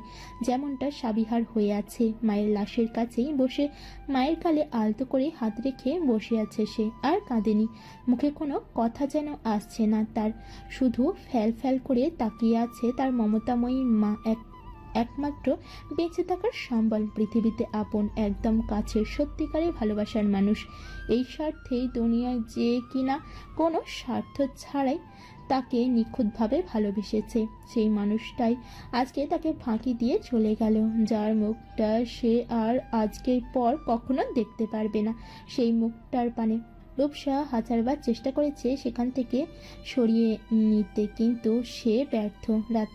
রাতিয়ানের বাবা অ্যাম্বুলেন্সের ব্যবস্থা করে রোজিনা রেনুর লাশ টাঙ্গাইল নেওয়ার ব্যবস্থা করতেছে। সাবিহাদের গ্রামের বাড়ি টাঙ্গাইল জেলায় গোপালপুর থানার নন্দরপুর গ্রাম। সাবিহা ও তার মা সাভারে থাকে। সাবিহার মাকে দাফন করা হবে তাদের গ্রামের একটি কবরস্থানে, সাবিহার বাবার কবরের পাশে। যে কেবিনে রোজিনা রেনুর নিথর দেহটা রাখা আছে, সেই কেবিনের দরজায় গিয়ে সাবিহার এমন করুণ অবস্থা দেখে ভিতরটা যেন তার জ্বলে পুড়ে অঙ্গার হয়ে যায়। রাতিয়ানের মনের অবস্থা বুঝতে পেরে সিজান রাতিয়ানের কাঁধে ভরসার হাত রাখে। যদিও তার অনেক কষ্ট হচ্ছে, কিন্তু তাকে তো এখন ভেঙে পড়লে চলবে না। চিন্তা করিস না বাবা, সব ঠিক হয়ে যাবে। সাবিহার জন্য আমরা আছি তো বাবা। রাতিয়ান এবার আর নিজেকে গম্ভীরতার খোলসে আটকে রাখতে পারল না। বাবাকে জড়িয়ে ধরে অঝরে চোখের জল ঝরালো। বাবা মা হারানোর যে কতটা কষ্টের সে তো জানে, সেও তো তার মাকে হারিয়েছে, কিন্তু তার জন্য তো তার বাবা ছিল। কিন্তু সাবিহার যে কেউ রইল না। আজকে কেন যেন শুধু তার মায়ের কথা মনে পড়ছে। মনের ভিতর কত বছর ধরে তার মাকে হারানোর কষ্টটা চাপা দিয়ে রেখেছে, কাউকে দেখতে দেয়নি তার কষ্ট, চাপা কান্না। সে চাইলেই তো শব্দ করে কাঁদতে পারেনি, কারণ পুরুষদের যে কাঁদতে মানা। পুরুষদের হাজার কষ্টের বুক চাপা রেখে মুখে হাসি নিয়ে ঘুরে বেড়াতে হয়। রাতিয়ানের বাবাকে বলেছে সাবিহার মায়ের মৃত্যুর খবর শোনা মাত্রই সে হসপিটালে চলে এসেছে। সাবিহাকে তিনি নিজের মেয়ের মতোই ভালোবাসেন। ঘড়িতে সকাল 8টা বাজতে চলেছে। নিজের ছেলের মতোই সব দায়িত্ব পালন করছে রাতিয়ান, কিন্তু সাবিহার ঠিক সেই একইভাবে বসে আছে, না কারোর সাথে কোনো কথা আর না কোনো কান্না। সে এখন পর্যন্ত টুর শব্দ করেনি, শুধু ফ্যাল করে তাকিয়ে আছে। হসপিটালে সব কার্যক্রম শেষ করেছে রাতিয়ান। এবার রোজিনা রেনুর নিথর দেহ টাঙ্গাইলে নেওয়ার জন্য অ্যাম্বুলেন্সে ওঠানো হচ্ছে। সিজান, রূপসা, সিরাজ চৌধুরী অ্যাম্বুলেন্সের সামনে দাঁড়িয়ে রাতিয়ান লাশ ওঠাতে সাহায্য করছে। এমন সময় রিদিতা আর হাসিব আসে। রিদিতা এসে সাবিহাকে জড়িয়ে ধরে হাওমাও করে কেঁদে দেয়। সে তো জানে সাবিহা তার মাকে কতটা ভালোবাসে। আসলে সব সন্তানই তার বাবা মাকে অসম্ভবভাবেই ভালোবাসে। যখন কেউ তার বাবা মাকে হারায় মনে হয় তার পুরো পৃথিবীটাই থমকে যায়। কিন্তু সাবিহার তো আপন বলতে শুধু তার মা ছিল। সাবিহার বাবা সাবিহা যখন ক্লাস 5-এ পড়তো তখনই মারা যায়। তারপর থেকে তার মাই তার সব। এইসব ভেবে হৃদিতার কান্না আরো বেড়ে যায়। সাবিহাকে তার মায়ের পর যদি কেউ কোনো রূপ স্বার্থ ছাড়া ভালোবাসে তাকে সে হচ্ছে হৃদিতা। গ্রাম থেকে সাভারে আসার পরই হৃদিতার সাথে পরিচয় হয় সাবিহার। একই স্কুলে পড়তো। তারপর ধীরে ধীরে তাদের মাঝে ফ্রেন্ডশিপ হয়ে যায়। ফ্রেন্ডের থেকে তারা একে অন্যকে বোনের মতোই ভালোবাসত। হৃদিতা, রূপসা হাউমাউ করে কাঁদতে থাকে, কিন্তু তাদের কান্নায় সাবিহার মাঝে কোনো হেলদোল নেই, শুধু তাদের দিকে তাকিয়ে আছে। মাত্র কয়েক ঘন্টা মায়ের এমন করুণ অবস্থা হয়ে গেছে, না জানি এরপরে কি হবে। হৃদিতা সাবিহার এমন অবস্থা দেখে কান্নায় ভেঙে পড়ে। আর হৃদিতাকে এতদিন পর দেখতে পেয়ে কারো যেন তাকে দেখার তীব্র আকাঙ্ক্ষাটা পূরণ হয়ে যায়। কিন্তু এভাবে কাঁদতে দেখে বুকের ভিতর ধুক করে ওঠে, নজর সরিয়ে নেয় তার থেকে। এভাবে আর দেখতে পারবে না তাকে। সাবিহা তার মায়ের সাথেই যাবে। তাকে হাজার বলেও কোনো লাভ হয়নি, অ্যাম্বুলেন্সে করেই যাবে সে। তাই সাবিহাকে অ্যাম্বুলেন্সে পাঠানো হলো, আর তার সাথে রাতিয়ান। সিজান, রূপসা আর হৃদিতা রাতিয়ানের গাড়িতে করে। হাসিবও যেতে চেয়েছিল, কিন্তু বাড়িতে তার মা একা, আবার অসুস্থ, তাকে একা রেখে যেতে পারবে না। অতিরিক্ত চিন্তা আর এমন পরিস্থিতির কারণে সিরাজ চৌধুরীর শরীরটাও খারাপ হয়ে যায়। তাই তাকে বাসায় পাঠিয়ে দেয় রাতিয়ান, আর বাসার কাজের খালাকে কল করে বলে দেয় তাকে দেখে রাখতে। অ্যাম্বুলেন্সে মায়ের নিথর দেহের দিকে অপলক তাকিয়ে আছে সাবিহা, তার পাশেই বসে আছে রাতিয়ান। মানুষের জীবনে মৃত্যু অনিবার্য, সবাইকে মৃত্যুর স্বাদ গ্রহণ করতে হবে, কিন্তু তা কখন, কিভাবে, কোথায় কেউ জানে না। যে মানুষ আজ তার প্রিয় মানুষের সাথে হেসে খেলে জীবন পার করছে, হঠাৎ করে তাকে সবাইকে রেখে এই দুনিয়া ছেড়ে একা ওই অন্ধকার কবরে চলে যেতে হবে। যে প্রিয় মানুষগুলো একটু কষ্ট সহ্য করতে পারতো না, তাদেরকে সে নিজেই এক বুক কষ্ট দিয়ে চলে যাবে। যে মানুষটা কালকেও তার মেয়ের অফিস থেকে ফেরার অপেক্ষায় বসেছিল, সেই মানুষটাই আজকে না ফেরার দেশে চলে গেছে, আর কখনো তার মেয়ের বাসায় ফেরার অপেক্ষা করবে না। টিন শেড বিল্ডিং বাড়িটা যেন একদম বন হয়ে গেছে, গাছপালায় ভরে গেছে। রুমের ভিতর মাকড়সার জাল, আরও সব পোকামাকড় বসবাস। 6টা বছর ধরে এখানে কেউ বসবাস করে না। হঠাৎ গ্রামে আসলে তারা তার মামার বাড়িতে থেকে চলে যেত। এই বাসাটা আসা হতো না। সাবিহাদের বাড়ির থেকে একটু দূরেই তার মামার বাড়ি। বাড়ির উঠানে রাখা হয়েছে রোজিনা রেনুকে। তার থেকে একটু দূরে বারান্দায় দেয়ালে হেলান দিয়ে পাথর হয়ে বসে আছে সাবিহান। তার পাশে বসে কেঁদে চলেছে রূপসা, হৃদিতা, সুফিয়া বেগম, সাবিহার মামি। সাবিহার মামাতো বোন, মাত্র 4 বছর বয়স। সাবিহার মামি সাবিহাদের ভালো না বাসলেও ওই পিচ্চি মেয়েটা খুব ভালোবাসে। সাবিহা বলতে একদম পাগল। আমাদের চারপাশে অনেক ধরনের লোক আছে যারা শুধু অন্যের সমালোচনা নিয়ে ব্যস্ত থাকে। এই তো কিছু লোক সাবিহাদের নিয়ে সমালোচনা করছে। ওদের সাথে 2টো ছেলে এসেছে, না জানি কি না কি হয়। মামির চরিত্র ঠিক ছিল কিনা এই সময়ও যে কেউ এমন ভাবনা চিন্তা করতে পারে তা শুধু আপনার এলাকার এমন মানুষদের দেখলেই বুঝতে পারবেন। সিজান, রাতিয়ান, শোভান মিয়া, সাবিহার মামা মিলে রোজিনা রেনুকে দাফন করার ব্যবস্থা করছে। শেষবারের মতো সাবিহাকে তার মায়ের মুখটা দেখানো হলো। কি মায়াময়ী লাগছে তার মায়ের মুখটা। সে ভাবতেই পারছে না আর কখনো তার মাকে সে দেখতে পারবে না। মা বলে কাউকে ডাকতে পারবে না, কাউকে হুটহাট জড়িয়ে ধরতে পারবে না। আল্লাহ কেন বারবার তার প্রিয় মানুষগুলোকে নিয়ে নেয়? তার একমাত্র বেঁচে থাকার সম্বলটাই কেন সে হারিয়ে ফেলল? এখন সে কিভাবে বাঁচবে? কেন তাকে একা করে চলে গেল তার মা? রোজিনা রেনুর জানাজা শেষ হলো, তাকে দাফন করার জন্য নিয়ে যাওয়া হচ্ছে। নিজের মমতাময়ী মায়ের শেষ বিদায়ে সাবিহা আর নিজের কষ্টকে নিজের ভিতর বহন করতে না পেরে জ্ঞান হারিয়ে মাটিতে লুটিয়ে পড়ল।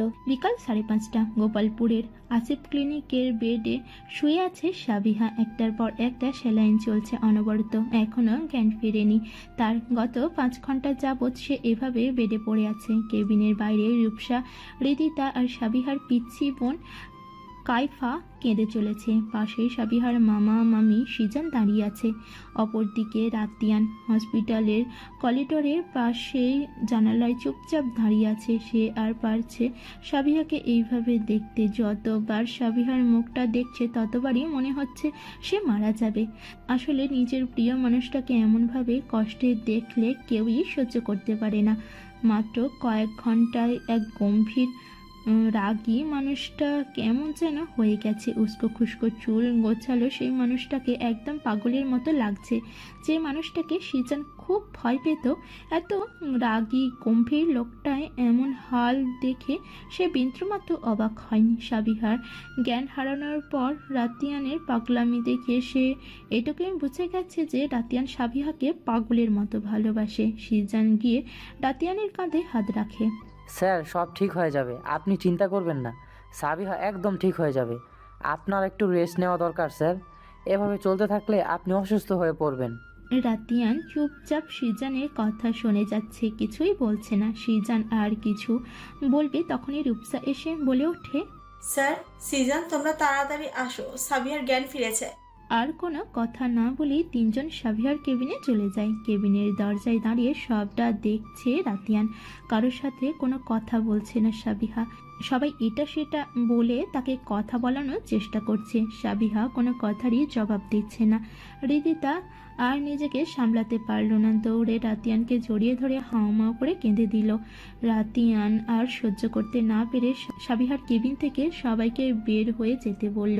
সবাই চলে যাওয়ার পরে বেডের কাছে গিয়ে দাঁড়ালো আর রেগে রেগে বলতে শুরু করলো, আপনি কি ভেবে দেখেছেন আপনার এভাবে চুপ থাকার কারণে আপনার মা কতটা কষ্ট পাচ্ছে? কেবিনের বাইরে পিচ্ছি মেয়েটাও আপনার জন্য কান্না করতে করতে অসুস্থ হয়ে যাচ্ছে। রূপসা, হৃদিতা, সিজান, আপনার মামা মামি, তারা কি আপনার মায়ের জন্য কষ্ট পাচ্ছে না? আর আপনি কি করেছেন? আপনার মায়ের সাথে সাথে ওদেরকেও কষ্ট দিচ্ছেন। আপনার এভাবে থাকাটা কাউকে ভিতর থেকে ভেঙে ঘুরিয়ে দিচ্ছে। আপনি কি বুঝতে পারছেন কিছু? না, আপনি কিভাবে বুঝবেন? সাবিহা শুধু সব শুনে চলছে আর চোখের কোণ বেয়ে অঝরে জল ঝরছে। সাবিহার চোখের জল দেখে সামনের টুলটাতে লাথি মেরে আরো বেশি রাগী স্বরে বলে, আরে আপনি কিভাবে বুঝবেন? আপনি তো আপনার মায়ের কষ্টটাই বুঝতেছেন না। আপনাকে এভাবে দেখে সে তো ওই অন্ধকার কবরটাতেও শান্তিতে থাকতে পারবে না। সাবিহার একদম কাছে চলে যায়। লিসেন, আমি আপনার সাথে কথা বলছি, কথা বলুন আমার সাথে। Talk to me, idiot, dammit কোথাকার। সাবিহা এবার হাউমাউ করে কেঁদে ওঠে। ওর কান্নায় রূপসা, হৃদিতা, সিজান, মামা মামি দৌড়ে কেবিনে চলে আসে আর রাতিয়ান বাইরে চলে যায়। সাবিহাকে কাঁদতে দেখেই হৃদিতা দৌড়ে কেঁদে দেয়। গিয়েই সাবিহাকে জড়িয়ে ধরে সাবিহার কাঁদতে কাঁদতে বলতে থাকে, কেন আমার সাথে এমন হয় আল্লাহ? কেন বারবার আমার ধৈর্যের পরীক্ষা নেয়? বাবা যখন চলে যায় তখন তো আমার কাছে আমার মাকে রেখে গিয়েছিল, কিন্তু মা যে আমাকে একা রেখে চলে গেল। আমার যে বেঁচে থাকাটাই বৃথা হয়ে গেল। আমার পুরো পৃথিবীটাই যে থমকে গেছে। নিজেই নিজে বলতে বলতে চিৎকার করে কান্না করতে থাকে। সাবিহার কান্না দেখে সবাই কেঁদে ওঠে। কেবিনে ছোট কাঁচের জানালার পাশে দাঁড়িয়ে সবটা দেখছে রাতিয়ান। সাবিহাকে সুস্থ রাখতে ওর কান্না কথা বলাটা খুব প্রয়োজন ছিল, তাই এমন সময়ও সাবিহার সাথে এমন ব্যবহার করেছে রাতিয়ান। রাতিয়ানের পাশ থেকে ডক্টর বলে ওঠে, now she is out of danger. এখন আপনারা ওনাকে বাসা নিয়ে যেতে পারেন। হসপিটালের সব কার্যক্রম শেষ করে সাবিহা ও বাকি সবাই তার মামা শোভান মিয়ার বাড়িতে গিয়ে উঠল। রাতে সাবিহার মামা সবাইকে ডাল ভাত রান্না করে খাওয়ালো। কেউই ভালোভাবে খায়নি। সাবিহাকে অনেক জোড়াজোড়ি করে 2 লোকমা খাওয়াতে পেরেছে রিদিতা। শোভান মিয়াদের টিন সেট বিল্ডিং, তাতে 2টো রুম আর বাহিরে একটি ছোট টিনের ঘর আছে। রূপসা, রিদিতা, সাবিহা, কায়রা একসাথে এক রুমে। কায়রা সাবিহাকে জড়িয়ে ধরে ঘুমিয়ে আছে, কিন্তু সাবিহার চোখে ঘুম নেই। তার সাথে জেগে আছে রিদিতা। তার পাশে রুমে সিজান রাতিয়ানের সাথে থাকার জন্য দেওয়া হয়েছে, আর বাহিরে সেই ঘরটাতে শোভান মিয়া আর সুফিয়া বেগম। শোনো, আমি কিন্তু তোমার ভাগ্নির দায়িত্ব নিতে পারবো না। এতদিন তো আমার বোনটা ছিল, কিন্তু এখন তো আর কেউ রইল না সাবিহা। আমরা ছাড়া তো আর কেউ নেই সাবিহার। আমি কিছু জানি না। তুমি সাবিহাকে আমাদের বাড়িতে রাখবা না, এইটাই আমার শেষ সিদ্ধান্ত। আমি পারবো না তোমার ভাগ্নিকে নিজের ঘাড়ে বসিয়ে খাওয়াতে। আসলে এই দুনিয়াতে কে আপন কে পর বোঝা বড় দায়। আপন মানুষগুলোই পর হয়ে যায়, আর অচেনা মানুষগুলোই আপন হয়ে যায়। এই তো দেখো, তুমি চাচ্ছ না সাবিহার দায়িত্ব নিতে, কিন্তু ওর সাথে যারা এসেছে তারা সাবিহার রক্তের কেউ না, তাও কতটা সাহায্য করছে সাবিহাকে। এই তুমি চুপ থাকো তো, কত কথা বলবা না, যা বলছি তাই করবা। তুমি কখনো আমার বোন আর ভাগ্নিকে আপন ভাবলা না সুফিয়া, অথচ রোজিনা তোমাকে ঠিকই আপন করে নিয়েছিল। রাতিয়ান, সিজান, সাবিহা 3জনেই কেউই অফিসে যেতে পারেনি। পুরো অফিসের দায়িত্ব দেওয়া হয়েছিল মুনকে। হঠাৎ করে মুনের কল আসায় রাতিয়ান বাহিরে যায় কথা বলার জন্য। কথা শেষে রুমে যাবে, তখনই শোভান মিয়া সুফিয়া বেগমের কথাগুলো শুনতে পায় রাতিয়ান। সময় আর স্রোত কখনো যেমন কারোর জন্য অপেক্ষা করে না, তেমনি কারোর জন্য জীবন থেমে থাকে না, শুধু কিছুদিনের জন্য থমকে যায়। অতঃপর জীবন চলতে থাকে তার নিজ গতিতে। শুধু যে প্রিয় মানুষগুলো হারিয়ে যায়, মাঝে মাঝে তাদের স্মৃতিগুলো মনে পড়ে যায়, আর তখন কিছু সময়ের জন্য আশেপাশের সব কেমন যেন বিষাদময় হয়ে যায়। তবুও জীবন চলে যায়, কারোর জন্য থেমে থাকে না। 1 মাস পর টাঙ্গাইল থেকে সাভারে চলে এসেছে সাবিহা। শোভান মিয়া সুফিয়া বেগমের দায়িত্ব নিতে হয়নি সাবিহার। আসলে পর মানুষগুলোর সাথে কখন যে আত্মার হয়ে যায় বোঝা যায়নি, তেমনি আপন মানুষগুলো কখন পর হয়। এই তো যখন সাবিহার কাছের মানুষগুলোর দরকার ছিল, তখন তার পাশে থাকেনি। পাশে থেকেছে তারা যাদের সাথে অল্প দিনের পরিচয়। জীবন বড়ই অদ্ভুত। সাভার আসার একদিন পর থেকেই সাবিহা রূপসার সীমা, রূপসার রুমমেট, অনার্স 2য় বর্ষ রাষ্ট্রবিজ্ঞান বিভাগের ছাত্রী, এর সাথে থাকতে শুরু করে। কেননা সাবিহাদের বাসায় একা থাকা সাবিহার পক্ষে সম্ভব ছিল না, তাই সাবিহাকে রূপসা নিজের সাথে নিজের বাসায় নিয়ে যায়। আর সাবিহাকে রূপসার বাসায় নিয়ে যাওয়ার ব্যবস্থা রাতিয়ানি বলে রূপসাকে, কেননা সাবিহা একা থাকলে ও আরও ডিপ্রেশনে চলে যাবে। এমনিতেই মনের অবস্থা ভালো নয়। আজ শুক্রবার, ছুটির দিন। ঘড়িতে রাত 11টা। বারান্দায় রেলিং ঘেঁষে দাঁড়িয়ে মেঘাচ্ছন্ন আকাশে সদ্য মেঘ ডাকা পড়ে যাওয়া একটি তারা খুঁজতে ব্যস্ত সাবিহা। যেই মেয়েটা সবসময় হাসি খুশি থাকতো, সেই মেয়েটাই এখন কেমন যেন চুপচাপ থাকে। তার মাঝে আগের মতো সেই প্রাণোচ্ছল ভাবটা নেই, কেমন যেন মন মোড়া হয়ে থাকে সবসময়। গত 2 ঘন্টা 45 মিনিট 55 সেকেন্ড সে এভাবে খোলা আকাশের নিচে উদাসীন হয়ে তাকিয়ে আছে। তবে কেউ যে তাকে নিচ থেকে তার এই উদাসীনতা এতটা সময় ধরে অবলোকন করছে, সে সম্পর্কে তার বিন্দুমাত্র পরিমাণও ধারণা নেই। সাবিহার যে মন খারাপ সেটা এতক্ষণ আকাশটাও বুঝে গেছে। এই তো এখন মেঘাচ্ছন্ন আকাশ ভেদ করে সাবিহার মন খারাপ, তার দুঃখ কষ্ট ভাগ করে নিতে বৃষ্টির আগমন ঘটল। তাকে যেন তার মন খারাপ আগের তুলনায় 10 গুণ বেড়ে গেল। মনে পড়ে গেল তার মায়ের কথা। বরাবরই তার বৃষ্টি পছন্দ। বৃষ্টিবিলাসী মনটা আকাশের মেঘের আনাগোনা দেখলেই নিচে ওঠে। তার তো খুব করে ইচ্ছে হয় কোনো এক বৃষ্টিতে রাতে প্রিয় মানুষটার সাথে হাতে হাত রেখে খালি পায়ে রাস্তায় হাঁটা। কিন্তু এই বৃষ্টিবিলাসী মেয়েটাই মা কখনো চাইতো না যে বৃষ্টিতে ভিজুক, কেননা তার বৃষ্টিতে অ্যালার্জি। একদিন বৃষ্টিতে ভিজলে 4 দিন বিছানায় পড়ে থাকতে হতো। মায়ের এত বারণের পরও সে যেমন ভেজা বাদ দিত না, ঠিক তেমন মায়ের বকা খাওয়া থেকেও সে কখনো বাঁচত না।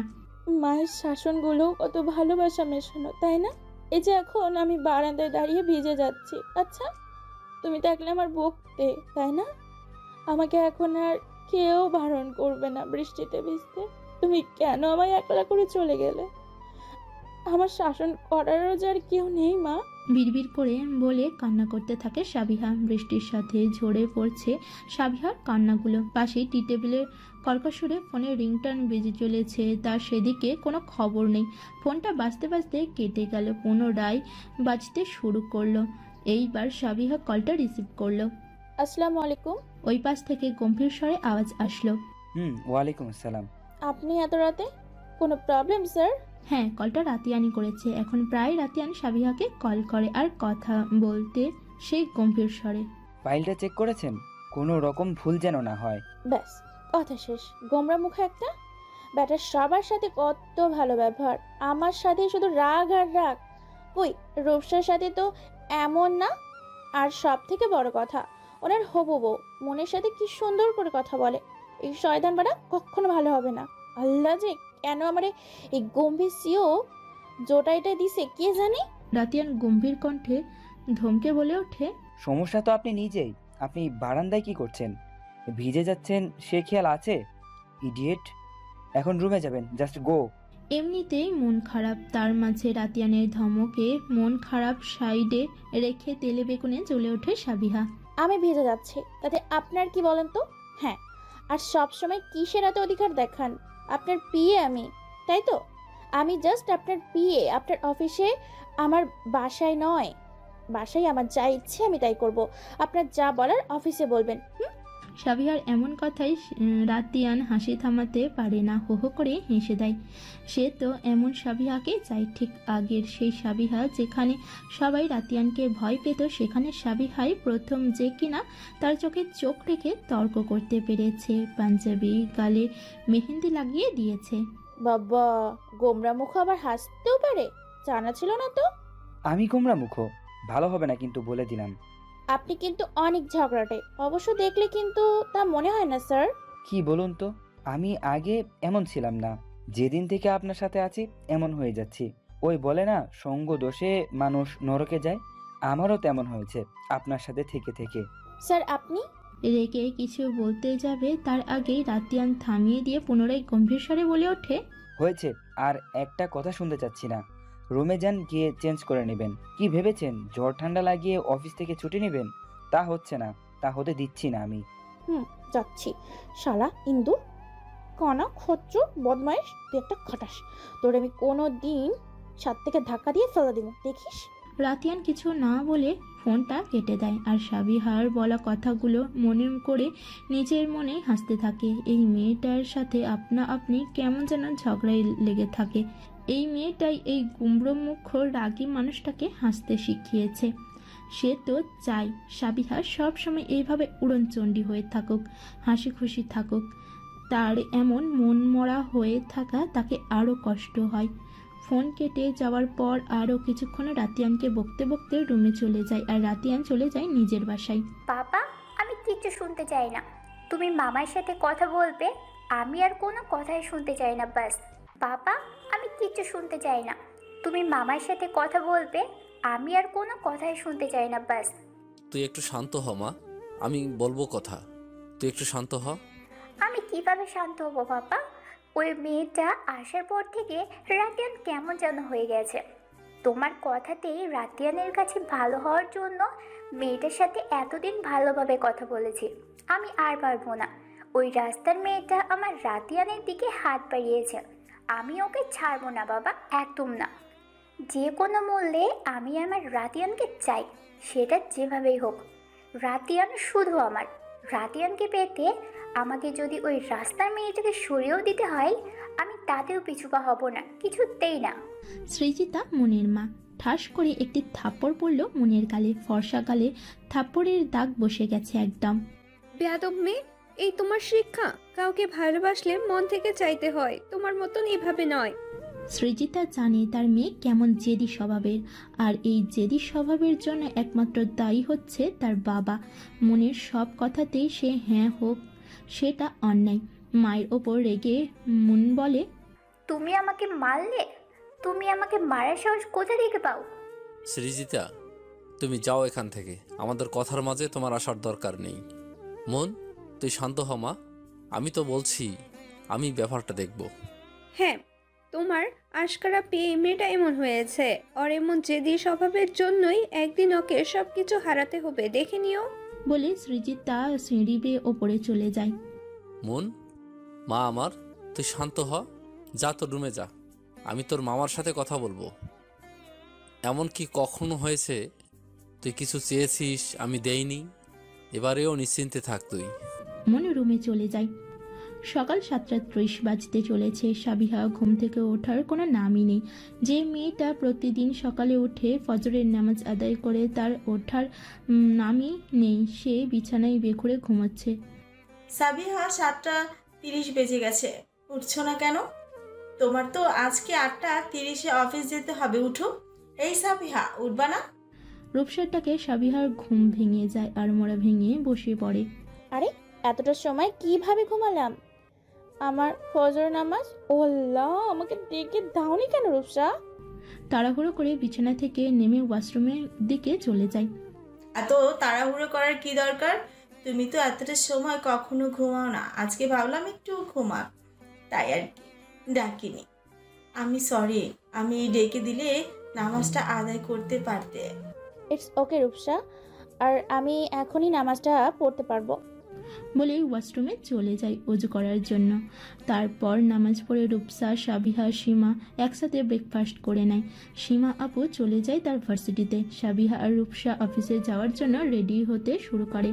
আমি নামাজ শিক্ষা বইয়ে পড়েছিলাম, যদি ঘুমের কারণে নামাজ আদায় দেরি হয়, ঘুম থেকে জেগে যাওয়ার সাথে সাথে নামাজ আদায় করা যাবে। রূপসা হলো, তোমরা আসছো না কেন? আর তুমি কিন্তু অফিসে যাবে, কোনো ফাংশন শোতে না, বুঝলে? এত সাজুগুজুর কি আছে? বুঝি না বাবা। নাম আসো, এখন লেট হয়ে যাচ্ছে। আহ সাবিহা, তুমিও না, একটু তো সময় লাগবেই, তাই না? মেয়ে মানুষের একটু সময় লাগেই, বুঝছো? তুমি দাঁড়াও আর 1 মিনিট, আমি এক্ষুনি আসছি। রূপসার কথায় রূপসার দিকে ভ্রুকুঁচকে তাকিয়ে আছে। ইয়ে মানে তুমি এভাবে কেন তাকিয়ে আছো সাবিহা? সাবিহা ভ্রুকুঁচকে বলে, তোমরা কেন এত সময় লাগে রূপসা? আমার তো লাগে না। ও এই কথা, তুমি জানো তোমাকে না সাজলেও খুব সুন্দর লাগে। আমার তো মনে হয় আমি যদি ছেলে থাকতাম তোমার প্রেমে হাবুডুবু খেতাম। আচ্ছা, তুমি এত সুন্দর কেন বলো তো? ফালতু প্রশ্ন রাখো, আর জলদি আসো, যাও। আমি যাচ্ছি, তুমি ধরো, যাও। হাসি বন্ধ করো, জলদি যাও। আর আমি আবার কি ধরবো, ইডিয়েট? সাবিহা, তোমার ফোন বাজতেছে, মনে হয় স্যার কল করেছে। আর তুমি কিন্তু স্যারের মতোই রাগী হয়ে যাচ্ছ সাবিহা। তোমার আর স্যারের কিন্তু অনেক মিল। ফালতু কথা বলবা না। আর এই দেখো, কল স্যার করেনি, রিতা করেছে, বুঝছো? জড়িয়ে ধরে বলে, আরে তুমি রেগে যাচ্ছ কেন? স্যার করেনি তো কি হয়েছে? তোমার ননদিনী তো করছে, তাই না? আমার কি মনে হয় জানো, স্যার মনে হয় তোমাকে বা তোমার প্রেমে পড়ে গেছে। তুমি জানো, তুমি যখন টাঙ্গাইলে অসুস্থ হয়ে 5 ঘন্টা হসপিটালে ছিলে, স্যার কেমন যেন হয়ে গিয়েছিল। পুরোই গোছানো মানুষটা এলোমেলো হয়ে গিয়েছিল, এতটা অস্থির, এতটা ভেঙে পড়তে আমি স্যারকে কখনো দেখিনি। আচ্ছা, শেষ হচ্ছে তোমার? স্যার কেন আমায় ভালোবাসবে তুমি জানো না? স্যার আর মন ম্যামের ব্যাপারে, স্যার মনের বাগদত্তা, কতদিন পর ওনাদের বিয়ে হবে, মন আপু নিজে আমাকে বলেছে। আর আমি তোমাকে অনেকবার বারণ করেছি রূপসা, এসব কথা বলবা না কিন্তু। তুমি তো সোনার পাত্রী না? গত 2 সপ্তাহ ধরে তোমার মুখে এই কথাগুলো চলছে, আর কখনো যেন না শুনি। রূপসা যাও, তাড়াতাড়ি রেডি হও। আচ্ছা সাবিহা, আমার আরো কি মনে হয় জানো? সাবিহা ভ্রুকচকে রিদ্দাকে কল ব্যাক করতে করতে বলে, আবার কি মনে হয় তোমার? আর তুমি এত কথা কেমনে বলো রূপসা? সিজন ভাই তো আর এমনি এমনি বলে না তোমার কথা। সাবিহা, তুমি আমাকে বাসাল বললা? তোমার সাথে আরি কোনো কথা নেই তোমার সাথে। বলে চলে যেতে নাই। পুনরায় ফিরে এসে বলে, আমার কি মনে হয় জানো সাবিহা, আমার মনে হয় তুমিও স্যারকে ভালোবাসো। তবে রে তোমাকে তো এবার আমি বলে রূপসাকে ধরতে যায়, কিন্তু রূপসা সে তো বলে এক দৌড়ে পকার পার। এই মেয়েটা আমার চালিয়ে খাবে। হাই হ্যালো, এই বচাল মেয়েটা থেকে রক্ষা করো। বলতে বলতে দিদি তাকে কল করে। হ্যালো সাবিহা। হুম। কেমন আছিস জান? কি করতেছিস? ব্রেকফাস্ট করেছিস? আরে ভাই, একটা একটা করে প্রশ্ন কর না, এতগুলা প্রশ্নের জবাব কেমনে দিব? আচ্ছা শোন না সাবিহা, আজকে হাসিবের বার্থডে তো, একটা ছোট্টখাটো পার্টি রেখেছি। তুই, রূপসা আর সীমা আপু, সিজান ভাইয়া কে নিয়ে বিকালের আগে আমার বাসায় আসবি। আসবি তো? দেখ, না আসলে আমি কিন্তু কান্না করব, বলে দিলাম। প্রশ্ন করে উত্তর দেবার সময় দিতে হয় তো নাকি? তুই তো একের পর এক প্রশ্ন করতেই আছিস। আর হ্যাঁ, ইমোশনাল ব্ল্যাকমেইল করবি না কখনো। আর তোর কান্নার ব্যাপারটা অনেক পুরনো হয়ে গেছে। আর হ্যাঁ, অফিসে যাচ্ছি, তোর শয়তান ভাই ছুটি দিলে তো আসবো। আর আমার মনে হয় না ছুটি দিবে। আর যদি ছুটি নিতে পারি আসবো ইনশাআল্লাহ। হ্যাঁ সাবিয়া, চলো, আমার শেষ। চলো চলো, লেট হয়ে যাচ্ছে। আসছে মহারানী, এখন ওরা লেট হয়ে যাচ্ছে। আচ্ছা রিদিতা, পরে কথা বলবো, অফিসে লেট হয়ে যাচ্ছে। বাই, আল্লাহ হাফেজ। আল্লাহ হাফেজ। আসবি কিন্তু সাবিহা, না হলে তোর খবর আছে। অফিসে এসে নিজের ডেস্কে বসে নিজের মনে রূপসার বলা কথাগুলো ভেবে চলেছে সাবিহা। তবে কি সত্যিই রাতিয়ান তাকে ভালোবাসে? হ্যাঁ, তুই না সাবিয়া পাগল হয়ে গেছিস। রাতিয়ান স্যার তোকে কেন ভালোবাসতে যাবে? সব থেকে বড় কথা, রাতিয়ান স্যার মুন ম্যামকে ভালোবাসে। কয়েকদিন পর তাদের বিয়ে। আমিও না কি যে ভাবি। আচ্ছা, আমি কি তাহলে স্যারকে ভালোবাসি? নিজের মনকে প্রশ্ন করে। তখনই রাতিয়ান নিজের ডেস্কে এসে সাবিহাকে কল করে। মিস সাবিহা, এখনই আমার ডেস্কে আসুন, ফাস্ট। জি স্যার, আমি এখনই আসছি। May I come in sir? Yes, come in. Sir ডেকেছেন? আচ্ছা, আপনি কি একটা কাজও ঠিক মতো করতে পারেন না? সাবিহা মনে মনে বলতে থাকে, এই তো শুরু হয়ে গেছে আমাকে ধমকানো। এইটা পারি না, ওইটা পারি না, এই বেড়াই নাকি আমাকে ভালোবাসে।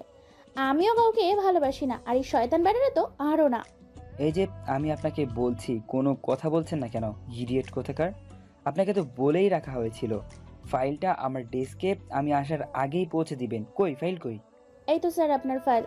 বিড়বিড় করে বলতে থাকে। সোনার চান্দু, তুমি কি মনে করছো আমি কিছুই বুঝি না? তুমি কালকে রাতের প্রতিশোধ নিতেছো। এখন তোমার সাথে কোনো ঝামেলায় জড়ানো যাবে না। ছুটিটা আগে নিয়ে নি, মজা বোঝা মনে তোমারে। বিড়বিড় করা শেষ হলে এখন আসতে পারেন আপনি। জি স্যার, আসি তাহলে। সাবিহা। রাতিয়ানের মুখে সাবিহা নামটা শুনে আপনা আপনি পাজোড়া থমকে যায়। কেমন যেন অন্যরকম অনুভূতি। এই অনুভূতির নাম কি? আচ্ছা, আমি কি সত্যি স্যারকে ভালোবাসি? ভাবনার মাঝেই নিজের খুব কাছে কারো উপস্থিতি অনুভব করে। রাতিয়ান আবারও ঠিক আগের ন্যায় ডেকে ওঠে সাবিহা। সাবিহা যেন এক ঘোরের মাঝে ডুবে আছে। জি স্যার। রাতিয়ান সে যেন তার শুভ্ররাঙা সুহাসীর সেই কাজল কালো আঁখিতেই ডুবে আছে। সেই কাজল কালো আঁখি, যে আঁখি সাবিহার হাসির সাথে তাল মিলিয়ে হাসে। সেই মায়াবী মুখের দিকে তাকিয়ে, যে মুখের দিকে তাকালে প্রেমিক পুরুষ মায়ায় পড়তে বাধ্য। রাতিয়ান তার সুহাসীর কপালে লেপ্টে থাকা কয়েকটা অশান্ত চুল ফোঁ দিয়ে সরিয়ে দেয়। সাবিহার সাথে সাথে চোখ বুজে নেয়। সাবিহা যেন এক শ্বাসরুদ্ধকর পরিস্থিতিতে পড়েছে। শ্বাস প্রশ্বাস যেন খুব দ্রুত চলছে। আর কিছুক্ষণ রাতিয়ান তার কাছে থাকলে সে নিশ্চিত শ্বাসকষ্টে মারা যাবে। নিজেকে বাঁচাতে সে খুব দ্রুত রাতিয়ানের থেকে দূরে সরে যায়। অন্য পাশে ফিরে বুকে হাত দিয়ে দ্রুত শ্বাস নিতে থাকে। সাবিহা এভাবে সরে যাওয়ায় রাতিয়ান যেন ভ্যাবাচাকা খেয়ে যায়। পর মুহূর্তে নিজেকে স্বাভাবিক করে নিয়ে গম্ভীর স্বরে কয়েকটা ফাইল দিয়ে বলে ওঠে, মিস সাবিহা, এই ফাইলগুলো আমি আজকের মধ্যেই চাই। আর হ্যাঁ, কোনো রকম ভুল যেন না হয়। Now get lost. সাবিহা রাতিয়ানের কথা মতো ফাইলগুলো নিয়ে ফিরে আসে নিজের ডেস্কে। পাঁচটা ফাইল দেখে সাবিহা ভ্রু কুঁচকে ফেলে। পর মুহূর্তে রাতিয়ানের ওপরে রাগে জ্বলে ওঠে। শালা খচ্চর বেড়া, এতগুলো ফাইল আজকের মধ্যে কিভাবে শেষ করবো আমি? ফাইলগুলো শেষ করতে করতেই তো রাত হয়ে যাবে। এখন আমি কি করব? রিদাকে কি বলবো আমি? শয়তান বেটা, তোরা যে আমি কি করবো আমি নিজেও জানি না। শালা ইন্দুর খচ্চর বেটা। অন্যদিকে রাতিয়ান সাবিহার এমন কাণ্ড দেখে হাসতে থাকে। টিফিন আওয়ার সাবিহা প্রাণ চেষ্টা করেও ফাইলগুলো শেষ করতে পারেনি। ব্যর্থ হয়ে গালে হাত দিয়ে ভারাক্রান্ত মনে বসে আছে নিজের ডেস্কে। তখনই তার মনে একটি বুদ্ধির আবির্ভাব হয়। ইয়াহু, আজকে তো আমি ছুটি নিবই, স্বয়ং রাতিয়ানও আটকাতে পারবে না। বলেই কাউকে কল করে। আসসালামু আলাইকুম আঙ্কেল, কেমন আছো? শরীর কেমন আছে? হ্যাঁ আম্মা ভালো আছি। এতক্ষণে মনে পড়লো আমার কথা। রাতিয়ানের বাবা সাবিহাকে আম্মা বলে ডাকে। সাবিহার মা মারা যাওয়ার পরে সব থেকে বেশি ভালোবেসেছে এই মানুষটা। আঙ্কেল, কালকে রাতেই তো কথা হলো তোমার সাথে। আচ্ছা বাদ দাও, যেটা বলতে কল করেছি, আমার না আজকে বিকেলে ছুটি লাগবে, বুঝেছো? কিন্তু মনে হচ্ছে না ছুটি পাবো। তোমার এই শয়তান ছেলে দিবে। হাসিব ভাইয়ের বার্থডে পার্টি, আমাকে যেতেই হবে আঙ্কেল। প্লিজ প্লিজ কিছু করো। আচ্ছা আচ্ছা, আমি দেখছি রে বাবা, তুই চিন্তা করিস না। আচ্ছা তুমি একটু হেল্প করো। আচ্ছা পরে কথা হবে আঙ্কেল, বাই, আল্লাহ হাফিজ। 4:45 রূপসা চলে গেছে বাসায়। ও নাকি ছুটি পেয়ে গেছে। একটু আগেই আমাকে বলে গেল জলদি কাজ শেষ করে বাসায় ফিরতে। আচ্ছা আঙ্কেল, কেন কিছু বললো না এখনো? তাহলে কি কিছু করতে পারলো না? হ্যাঁ, ভাল লাগে না। যাই, আমি একবার স্যারের সাথে কথা বলি। স্যার আসবো? আসুন। সাবিহা ভিতরে প্রবেশ করে বলার জন্য শুধু উসখুস করছে। রাতিয়ান বুঝতে পেরে বলে, কিছু বলবেন মিস সাবিহা? জি স্যার, আসলে আমার একটু ছুটির প্রয়োজন ছিল। রাতিয়ানের দিকে ইনোসেন্ট মুখ করে তাকিয়ে দিন। ল্যাপটপে কাজ করতে করতে। জি মানে কি দিব স্যার? রাতিয়ান ভ্রুকুঁচকে সাবিহার দিকে তাকায়, তারপর স্বাভাবিক ভঙ্গিতে বলে ওঠে, কি আবার ফাইলগুলো দিবেন? নিশ্চয়ই কাজ শেষ তাই ছুটি নিতে আসছেন, তাই না? ফাইলগুলো দিন, আপনার ছুটি। কিন্তু স্যার ফাইলগুলোর কাজ তো শেষ হয়নি। তাহলে আপনি ছুটির জন্য আসছেন কেন? এখানে সময় নষ্ট না করে কাজ শেষ করুন, যান। আর আমাকে আমার কাজ করতে দিন। ওকে স্যার বলে চলে আসে নিজের ডেস্কে। মনে মনে হাজারটা গালি দিতে ভুলে না সাবিহা। শালা খবিস খচ্চর বেড়া, তুই একটা ইন্দুর, তুই একটা বন্দর, তোরে আমি ইন্দুর মারা বিষ খাওয়াবো, দেখিস। রাত 8টা বেজে গেছে, কিন্তু সাবিহার কাজের শেষ নেই। তার কাজ এখনো শেষ হয়নি। সে তো ধরেই নিয়েছে রিদি তার বাসায় যাওয়া হবে না তার। সাবিয়া আপা, স্যার আপনাকে ডাকতেছে। আচ্ছা তুমি যাও, আমি আসছি। শয়তান আবার আমরা ডাকে কেন? আসবো স্যার। আসুন। আর হ্যাঁ, সব গুছিয়ে নিন, আমরা এখনই বের হব। আমরা কোথায় যাব স্যার? আর আমার কাজ এখনো শেষ হয়নি। বেশি কথা না, আপনি আমাকে আমার ফ্যামিলির কাছে আমাকে ভিলেন বানিয়ে দিয়েছেন এক কথায়। ইয়ে মানে কি বলছেন স্যার? আমি আবার কি করেছি? বাবাকে কি বলেছেন আপনি? হ্যাঁ, আমি শয়তান, ছুটি দেই না? ভ্রুকুঁচকে সাবিহার দিকে তাকিয়ে। জি না স্যার, আমি তো কিচ্ছু বলিনি। ধরা পড়ে যাওয়ার আগে চুরের মতো করে। আপনাকে আমার চেনা আছে, বেশি কথা না বলে সব গুছিয়ে নিন। আপনার কাছে মাত্র 5 মিনিট সময় রয়েছে। জি স্যার, আমি এখনই আসছি। কিন্তু স্যার আপনি কোথায় যাবেন? রিজিদা বাসায় কেন, আপনার অসুবিধা? জি না স্যার, আমার কোনো অসুবিধা নেই। রাতিয়ান গাড়িতে বসে আছে। 4 মিনিট হবে, কিন্তু সাবিহা রাস্তার পাশেই দাঁড়িয়ে আছে। এমন ভাব করে যেন রাতিয়ানকে চিনেই না। সাবিহার এমন ব্যবহারে রাতিয়ান এবার রেগে যায়। ধমক দিয়ে বলে ওঠে, হাই স্টুপিড, আপনাকে কি আমন্ত্রণ করতে হবে গাড়িতে বসার জন্য, নাকি অন্য কিছু? রাতিয়ানের ধমকে সাবিহা ভয় পেয়ে যায়। তাড়াহুড়ো করে গাড়িতে উঠে পড়ে। গাড়িতে উঠে কিছু বলতে যাবে, তখনই রাতিয়ান বলে ওঠে, একদম চুপ, কোনো কথা যেন না শুনি। কিছুক্ষণ যাওয়ার পরে সাবিহা রাতিয়ানকে ধমক উপেক্ষা করে বলে, আপনার ধমকে আমি ভয় পাই নাকি? হ্যাঁ, আপনি শুধু ধমক দেন কেন? এখন কিন্তু আমি আপনার বিয়ে না, তাই একদম ধমক দিয়ে কথা বলবেন না। আর আমি আপনার সাথে কোথাও যাব না, আমি রূপসার সাথে যাব, বুঝতে পেরেছেন আপনি? আমাকে বাসার সামনে নামিয়ে দিবেন। রাতিয়ান রাগী চোখে সাবিহার দিকে তাকায়। আপনাকে বলেছি চুপ থাকতে, আর একটা কথা বললে আপনাকে যে আমি কি করব আমি ভাবতেই পারতেছি না। রাতিয়ানের কথার মাঝেই রূপসার কল আসে সাবিহার ফোনে। হ্যালো সাবিয়া, কোথায় তুমি? এই তো বাসায় আসছি, স্যারের সাথে আছি। তুমি রেডি হও, তোমার তো অনেক লেট হয়, এমনিতেই রাত হয়ে গেছে, আমাদের যেতে হবে। কিন্তু সাবিয়া, আমি আর সিজন তো অলরেডি রিদিতাদের বাড়ির রাস্তায়, আর সীমাপুর কালকে এক্সাম, তাই আসবে না। কি? আমাকে রেখেই চলে যাইতেছো তুমি? আচ্ছা তুমি রাগ করো না প্লিজ, সিজন এমনভাবে জোর করলো, না করতে পারেনি।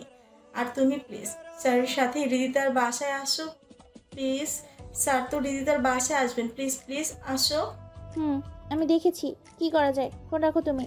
অবশেষে রাতিয়ানের সাথেই সাবিহা যাচ্ছে রিদিতার বাসায়। গাড়ি চলছে নিজ গতিতে।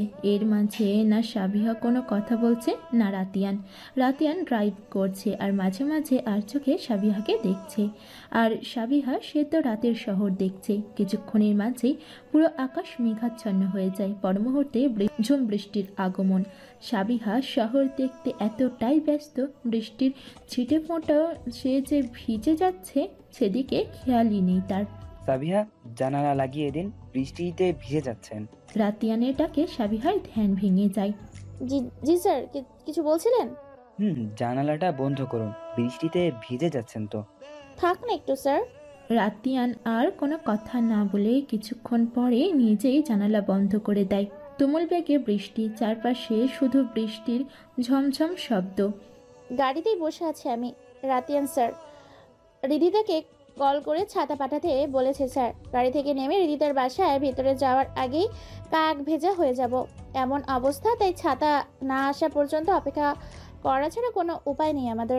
কিছুক্ষণের মধ্যেই একজন মধ্যবয়সী আঙ্কেল ছাতা নিয়ে হাজির হলেন। ছাতাটা নিয়ে সে চলে গেলেন বাসায়।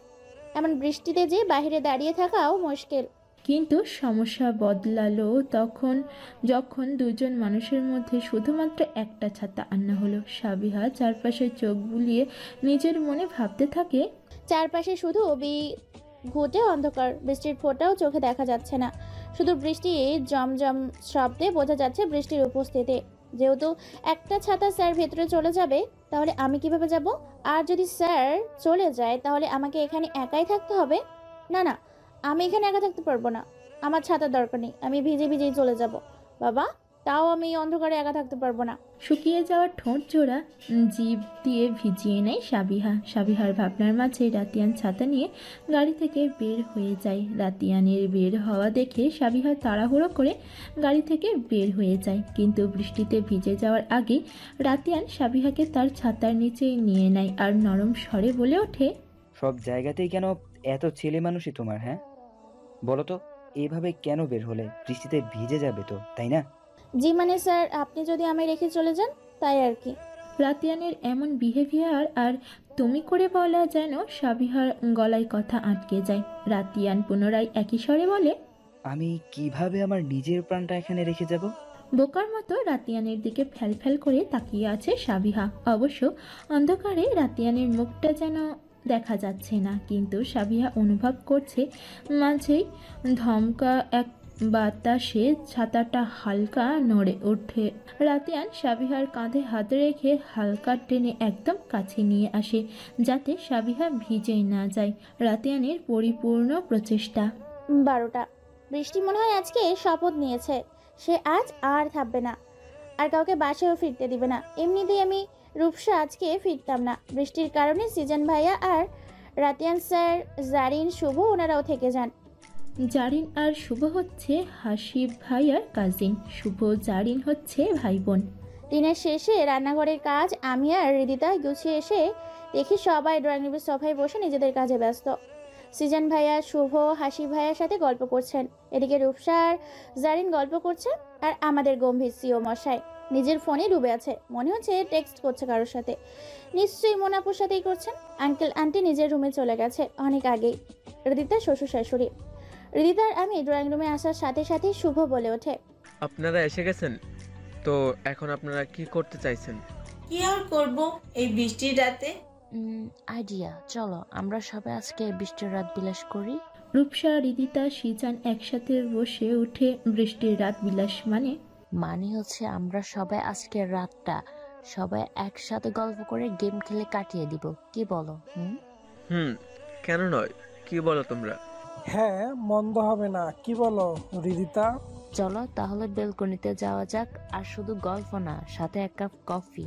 ওকে সবাই চলো তাহলে, কিন্তু রাতিয়ান ভাইয়া? রিদিতার কথায় সবাই রাতিয়ানের দিকে তাকায়। রাতিয়ানের মনোযোগ এখনো মোবাইলে, এমন ভাবে যেন সে এখানে কোনো কথাই শুনেনি। রাতিয়ান স্বাভাবিক স্বরে রিদিতাকে বলে ওঠে, তোমরা যাও রিদিতা, আমি এখানেই ঠিক আছি, কোনো সমস্যা নেই। বলে পুনরায় মোবাইলে মনোযোগ দেয়। না মানে তুমি এখানে একা থাকবে? আরে বাদ দে না রিদিতা, ওনার মতো গোমরা মুখ আমাদের সাথে গিয়ে কি করবে বলতো? পুনরায় কথা শেষ করার আগেই রিদিতা সাবিহার মুখ চেপে ধরে। অবশেষে সবাই ব্যালকনিতে এসে যার যার মতো টুলে গোল হয়ে বসে পড়েছে। সব থেকে বড় কথা, রাতিয়ানও এসে গেছে। আর কেউ অবাক হোক বা না হোক, কিন্তু রিদিতা পুরো অবাক হয়ে তাকিয়ে আছে রাতিয়ানের দিকে। কেননা রাতিয়ান কখনো এভাবে কোনো দিনও মনে হয় না কাজিনদের সাথে গল্প করেছে বা রাত জেগেছে। উল্টো তো তারা এইরকম কিছু করতে চাইলে রাতিয়ান বারণ করে দিত, আর সবাই রাতিয়ানের ভয়ে কেউ কখনো সাহস দেখাতো না। আর সেখানে সে আজ তাদের সাথে রাত জেগে গল্প করবে, সেইটা কি অবাক হওয়ার কথা না? তো চলো আমরা একটা গেম খেলি, বৃষ্টির রাত বিলাস শুরু করি। পিচ্ছি। জারিনী হচ্ছে এখানে সবার ছোট, সে এবার এইচএসসি এক্সাম দিবে, আর শুভ অনার্স ফাইনাল ইয়ার। কিন্তু কি গেম খেলা যায় বলো তো? তবে শোনো, আমি কয়েকটা টুকুনিতে কিছু শব্দ লিখেছি, তোমাদের এক একজনকে এক একটা করতে হবে, আর তার মাঝে যা লেখা আছে তা করতে হবে। ওকে, লেটস স্টার্ট। প্রথম কে নিবে? সাবিয়া আপু। এই আমাকে কেন প্রথমে দিচ্ছ? তোমরা আগে নাও, তারপরে আমি। অগত্যা সাবিহাকে আগে নিতে হয়, আর তাতে লেখা রয়েছে তাকে অভিনয় করতে হবে। আর জারিনদের বলতে হবে যে সাবিহা অভিনয়ের মাধ্যমে কি বলছে। তো শর্ত অনুযায়ী সাবিহা অভিনয় শুরু করে দিয়েছে। তাকে অভিনয় করে এই মন তোমাকে দিলাম বোঝাতে হবে। কিছুক্ষণের মাঝেই রূপসা বুঝে যায় সাবিহার বলা অভিনয়ের মানে। জারিন রাতিয়ানের কাছে চলে যায়। রাতিয়ানও নির্দ্বিধায় একটি কাগজ তুলে নেয় এবং তার কাগজে লেখা ছিল প্রিয় মানুষের জন্য একটি গান বলা। সেই প্রিয় মানুষটা এখানে উপস্থিত থাকুক আর না থাকুক, সাবিহা রাতিয়ানের দিকে তাকিয়ে আছে আর মনে মনে ভাবছে, এইবারে কি গান গাইতে পারে নাকি হের গান শুই না আমাগো এখান থেকে পালান লাগবো, আল্লাহ ভালো জানে। সাবিহার ভাবনার মাঝে রাতিয়ান সাবিহার দিকে তাকিয়ে বলে ওঠে, ভালোবাসি তোমায়, ভালোবাসি শুভ্রা রঙ্গা সুহাসী। রাতিয়ানের বলা কথায় সাবিহা প্রথমে ভেবা চাকা খেয়ে যায়। পর মুহূর্তেই রাতিয়ান গান গাইতে শুরু করে। যত কথা রাখা ছিল এই বুকে জমা, তোমাকে জানিয়ে দিলাম ও প্রিয়তমা, আমারই আকাশ নীলে তুমি যে নীলিমা, তোমাকে জানিয়ে দিলাম ও প্রিয়তমা, ও প্রিয়তমা, ও প্রিয়তমা, আমার প্রিয়তমা।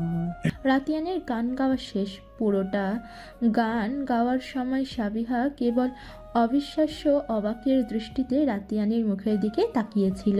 সে কখনো ভাবেওনি রাতিয়ান এত সুন্দর করে গাইতে পারে। আর রাতিয়ান সে তো নিজের মনে গান গাইছিল।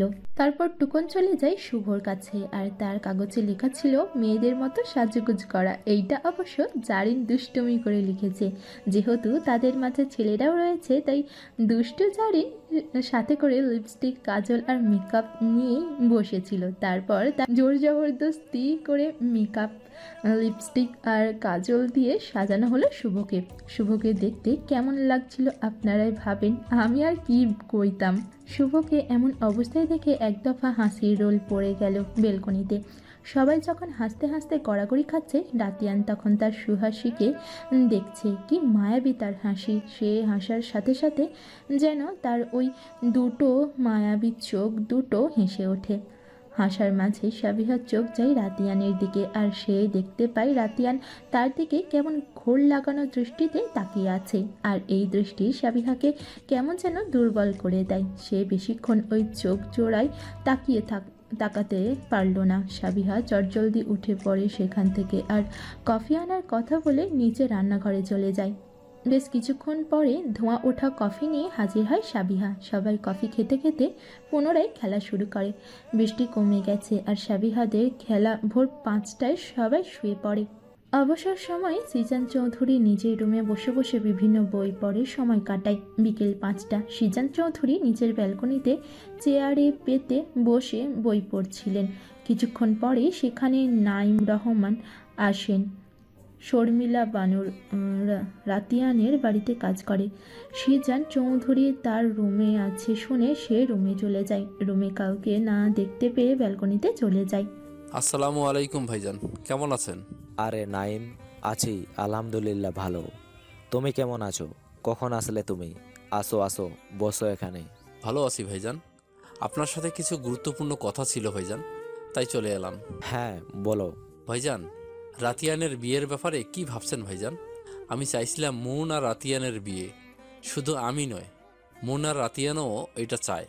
ওরা একে অপরকে ভালোবাসে। সিজান চৌধুরী এতক্ষণ নীরব শ্রোতা হয়ে নাইম রহমানের বলা কথাগুলো শুনে কিছুক্ষণ ভাবুক দৃষ্টিতে নাইম রহমানের দিকে তাকিয়ে বলে ওঠে, নাইম, তুমি যখন বলছো রাতিয়ান আর মুন একে অন্যকে ভালোবাসে, তাহলে বিয়েটার প্রতি আমার কোনো সমস্যা নেই। তবে আমি রাতিয়ানের সাথে কথা বলে দেখছি। রাতিয়ানের পছন্দের উপর আমার কোনো কথা নেই। রাতিয়ানের সাথে কথা বলে আমার মতামত জানাবো তোমাকে। মন গত 3 দিন অফিসে আসেনি, আজ 3 দিন পর সে অফিসে এসেছে। সে আজ অনেক খুশি, কারণ কয়েকদিন পর রাতিয়ান তার হবে। সেই খুশিতে আত্মহারা। অফিসে আসা মাত্রই প্রথমে সাবিহার ডেস্কে যায়। হে সাবিয়া, কেমন আছো তুমি? জি জি ম্যাম, ভালো আছি। আপনি এখানে? কোনো প্রবলেম ম্যাম? মন 3 দিন পর অফিসে এসেছে। এসে সাবিহার ডেস্কে দেখে সাবিহা কিছুটা অবাক হয়ে যায়। এমনিতেই মন কখনোই সাবিহার ডেস্কে আসে না, তবুও হাসার চেষ্টা করে বলে ওঠে, সাবিহা, তোমাকে অনেকবার বলেছি আমাকে ম্যাম বলবো না। নো প্রবলেম, এমনিতেই আর মাত্র কিছুদিন পর ম্যাম বলেই ডাকতে হবে। ইউ নো সাবিহা, আমার আর রাতিয়ানের কিছুদিনের মধ্যে বিয়ে, আর আমার বিয়েতে কিন্তু তোমাকে আসতেই হবে। আচ্ছা, তুমি কাজ করো, আমি রাতিয়ানের সাথে কথা বলে আসি। আর এমনিতেও আমি এখন অফিস করতে পারবো না, পার্লার, শপিং, অনেক কিছু কেনাকাটা আছে। আচ্ছা, বাই বাই। মন রাতিয়ানের বিয়ের কথা শুনে সাবিহার অজানা ব্যথায় বুকটা যেন ধক করে ওঠে। নিজের অজান্তেই চোখ থেকে এক ফোঁটা নোনা জল গড়িয়ে পড়ল। এতক্ষণ যেন সাবিহার নিজের মাঝে ছিল না। মন চলে যাওয়ার পরেই সম্বিত ফিরে পায়। চোখের কোণে জল মুছে ভাবতে থাকে, আমার কেন এত কষ্ট হচ্ছে?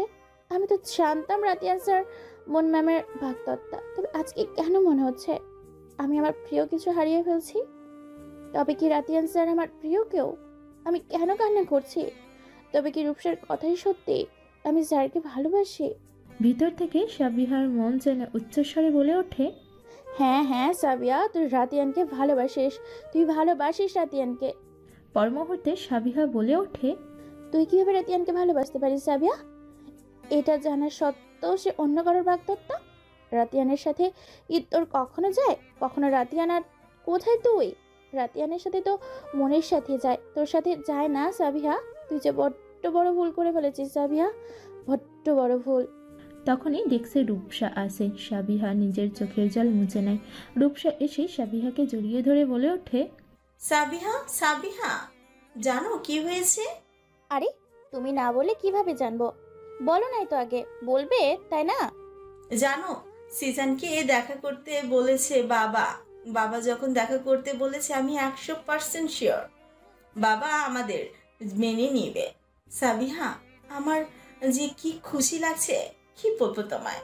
এটা তো খুব ভালো কথা। তাহলে তো খুব জলদি তোমাদের বিয়ের দাওয়াত পাবো আমরা, তাই না? তা কবে দাওয়াত পাবো বলো বলো? যা সাবিয়া, তুমিও না খুব বাজে। রূপসা চলে যাওয়ার পরেই সাবিহার অবাধ্য চোখ জোড়া রাতিয়ানকে দেখার জন্য রাতিয়ানের কেবিনের দিকে চলে যায়। আর সে দেখতে পায় রাতিয়ান আর মন একে অপরকে জড়িয়ে ধরে দাঁড়িয়ে আছে। এই দৃশ্য দেখার পরে সাবিহা যেন নিজের নিয়ন্ত্রণ হারিয়ে ফেলে, আর সেখানে দাঁড়িয়ে থাকতে না পেরে দৌড়ে ওয়াশরুমে চলে যায়। কিছুক্ষণ কান্না করে চোখে মুখে পানির ছিটা দিয়ে নিজের ডেস্কে চলে আসে। রাতিয়ানের কেবিনে মন আর রাতিয়ান কাউকেই তখন দেখতে পারে না। কেবিনে মন আর রাতিয়ান কেউ ছিল না কেবিনে। কিছুক্ষণ পরেই মনে রেগে সাবিহার ডেস্কে আসে। মনকে দেখেই সাবিহা দাঁড়িয়ে যায়। মন সাবিহার সামনে এসে সাবিহাকে ঠাস করে থাপ্পড় লাগায়। সাবিহার ফর্সা গালে থাপ্পড়ের দাগ ঝেপে যায় স্পষ্ট। সাবিহা যেন নিজের বাকশক্তি হারিয়ে ফেলেছে। বোকার মতো মনের দিকে ফ্যাল করে তাকিয়ে আছে। সে যেন কোনো কথা বলার পরিস্থিতিতেই নেই। মন তখন বলতে শুরু করে, তোর মতো মেয়েদের আমার চেনা আছে। তোরা রাতিয়ানদের মতো বড়লোক ছেলেদের নিজের রূপ দেখিয়ে নিজের জালে ফাঁসিয়ে বিয়ে করে রাজত্ব করতে চাস, তাই তো? তোদের মতো রাস্তার মেয়েদের আমার ভালো মতোই চেনা আছে। না, তোর সাথে অনেক ভালো ব্যবহার করে ফেলেছে। আর না, তোদের মতো মেয়েরা সুযোগ খুঁজে বেড়ায়। শুনে রাখ, রাতিয়ান আমার। রাতিয়ান শুধু আমার, আর রাতিয়ানের উপর শুধু আমার অধিকার, আর কারণ না। তুই প্রথমে আঙ্কেলকে ইমোশনাল ব্ল্যাকমেল করে তার সাহায্যে এখানে জব নিয়ে আছিস। এখন রাতিয়ানকে ফাঁসিয়ে পুরো সম্পত্তি হাতাতে চাস, তাই তো? আমি থাকতে সেই স্বপ্ন কখনো পূরণ হবে না। আরও অনেক খারাপ ভাষায় কথা বলতে থাকে। সর্বশেষে বলে, আজকের পর আমি যেন তোকে অফিসে না দেখি। তোকে লাস্ট ওয়ার্নিং দিয়ে দিলাম। কথাগুলো বলে রাগে ফোঁস করতে করতে চলে যেতে গেলে দরজার পাশে রূপসাকে দেখতে পায়। তারপর সে অফিস থেকে বের হয়ে যায়। সাবিহা যেন পাথর হয়ে গেছে মনের বলা কথাগুলো যেন সাবিহাকে ভিতর থেকে ভেঙে গুঁড়িয়ে দিয়েছে। মনকে কিছু বলার মতো ভাষা যেন তার জানা নেই। শুধু দু চোখ গড়িয়ে অশ্রু ঝরছিল। নিজেকে ঠিক রাখতে না পেরে সাবিহা পড়ে যেতে নিলে রূপসা গিয়ে ধরে নেয়, তারপর চেয়ারে বসিয়ে দেয়। মনের সব কথাগুলো রূপসা শুনেছে। একটা মেয়ে হয়ে অন্য একটা মেয়ের সম্পর্কে এত নিচু ভাবনা কিভাবে রাখতে পারে সেটা মনকে না দেখলে রূপসা বুঝতেই পারত না। রূপসাকে জড়িয়ে ধরে সাবিহা হাউমাউ করে কেঁদে চলেছে। রূপসা সে যেন সান্ত্বনা দেওয়ার কোনো ভাষাও হারিয়ে ফেলেছে। কিছুক্ষণ পরে সাবিহা রূপসাকে বলে ওঠে, তুমি যাও রূপসা, আমি একটু একা থাকতে চাই প্লিজ। কাউকে কিছু না বলে সাবিহা অফিস থেকে বের হয়ে যায়। রাতিয়ান তখন অফিসে আসে। কিছুক্ষণ পরে একটি ফাইলের জন্য সাবিহাকে ডাকে। তখন কদম এসে বলে, সাবিয়া ম্যাম তো চলে গেছেন। সাবিহাকে অফিস থেকে বের হতে কদম দেখেছিল শুধু। চলে গেছেন মানে? চলে গেছেন কেন? উনি কার কথাতে গিয়েছেন? এটা তো আমি বলতে পারবো না স্যার। ও আচ্ছা, তুমি যাও, আমি দেখছি। সাবিহা যেন চলে গেল ওনার কি শরীর খারাপ করছিল। সাথে সাথে ফোন বের করে কল লাগায় সাবিহার ফোনে। কিছুক্ষণ পরে বলে ওঠে, আপনি যে নাম্বারে কল করেছেন তা এই মুহূর্তে বন্ধ আছে। তারপর সে একটা টেক্সট দেখতে পায় সাবিহার, যেটাতে লেখা ছিল, ফাইলটা আপনার ডেস্কের ড্রয়ারে রাখা আছে। এসএমএসটা বেশ কয়েকবার দেখে নেয় রাতিয়ান। রূপসাকে কেবিনে ডেকে পাঠায়। আসবো স্যার? আসুন। রূপসা কেবিনে আসার পরে সাবিহার কথা জিজ্ঞেস করলে রূপসা বলে, স্যার আমি জানি না কেন চলে গেছে। তারপর রূপসা চলে যায়। রাতিয়ান মুহূর্তেই কয়েকবার সাবিহার ফোনে ট্রাই করে প্রতিবার শুধু সুইচ অফ বলছে। রাত 8টা থেকে দাঁড়িয়ে আছে রাতিয়ান। এখন 11টা বাজতে চলেছে। সাবিহাকে এক পলক দেখার জন্য সাবিহা বাসার নিচে গাড়িতে হেলান দিয়ে দাঁড়িয়ে আছে। দৃষ্টি তার ব্যালকনিতে সীমাবদ্ধ। রাতিয়ান অনবরত কল করছে সাবিহাকে, কিন্তু তখন থেকে এখন পর্যন্ত যতবারই কল করেছে প্রতিবারই ফোন বন্ধ দেখাচ্ছে। অবাধ্য চোখ জোড়া যেন তার প্রিয় মানবীর ওই স্নিগ্ধ মুখটা দেখার জন্য মরিয়া হয়ে উঠেছে। কিন্তু হাই, ওই পাষাণ মানবীর দেখা কি আর পাওয়া যায়? এক রাস তৃষ্ণা নিয়ে ফিরে আসতে হয় তাকে। বাসায় ফিরে রাতিয়ানের অবাধ্য মনটাকে সে কিছুতেই নিজের কাছে ধরে রাখতে পারছে না। তাই অবাধ্য মনটা যেন বারবার চলে যাচ্ছে তার সুহাসীর কাছে। নিজেকে পাগল পাগল লাগছে তার। নিঃশ্বাসটা যেন বন্ধ হয়ে যাচ্ছে। মন বলছে, তাকে এক পলক দেখতে পারলে তুই বেঁচে যাবি রাতিয়ান, শুধু এক পলক। ভালোবাসা ঠিক এমনি কাউকে পূর্ণতা দেয়, আবার কাউকে একদম নিঃস্ব করে দেয়। ভালোবাসা যেমন মানুষকে বাঁচতে শেখায়, তেমন ভালোবাসাই মানুষকে মৃত্যুর দিকে ঠেলে দেয়। ভালোবাসার মানুষটাকে এক পলক দেখার মাঝেও যেন শান্তি রয়েছে। রাতিয়ান সাবিহাকে পর 3বার কল করার পর যখন সাবিহার ফোন বন্ধ দেখালো, তখন তার মনে অজানা ভয় কাজ করতে শুরু করে। তখনই রূপসাকে কল করে প্রথমবার বেজে কেটে যায়, 2বারে রূপসা কলটা রিসিভ করে। হ্যাঁ রূপসা। তাড়াহুড়ো করে বলে ওঠে, জি স্যার, আপনি এত রাতে কল করেছেন কেন? কোনো সমস্যা হয়েছে স্যার? নিজেকে স্বাভাবিক করে গম্ভীর স্বরে বলে ওঠে, না কোনো সমস্যা নেই। মিস সাবিহা কোথায়? ওনাকে ফোনে পাওয়া যাচ্ছে না। অফিস থেকে কাউকে কিছু না বলে চলে আসছে। এভাবে ওনার মন মর্জিতে তো আর আমার অফিস চলবে না, তাই না? স্যার, সাবিহা তো অসুস্থ, আর সাবিহার মন মর্জিতে আপনার অফিস চলবে কেন? স্যার, চলবে তো মুন ম্যামের কথায়। লাস্টের কথাগুলো অমনি বলে ওঠে রূপসা। রাতিয়ান সাবিহার অসুস্থতার কথা শুনে ব্যস্ত হয়ে পড়ে।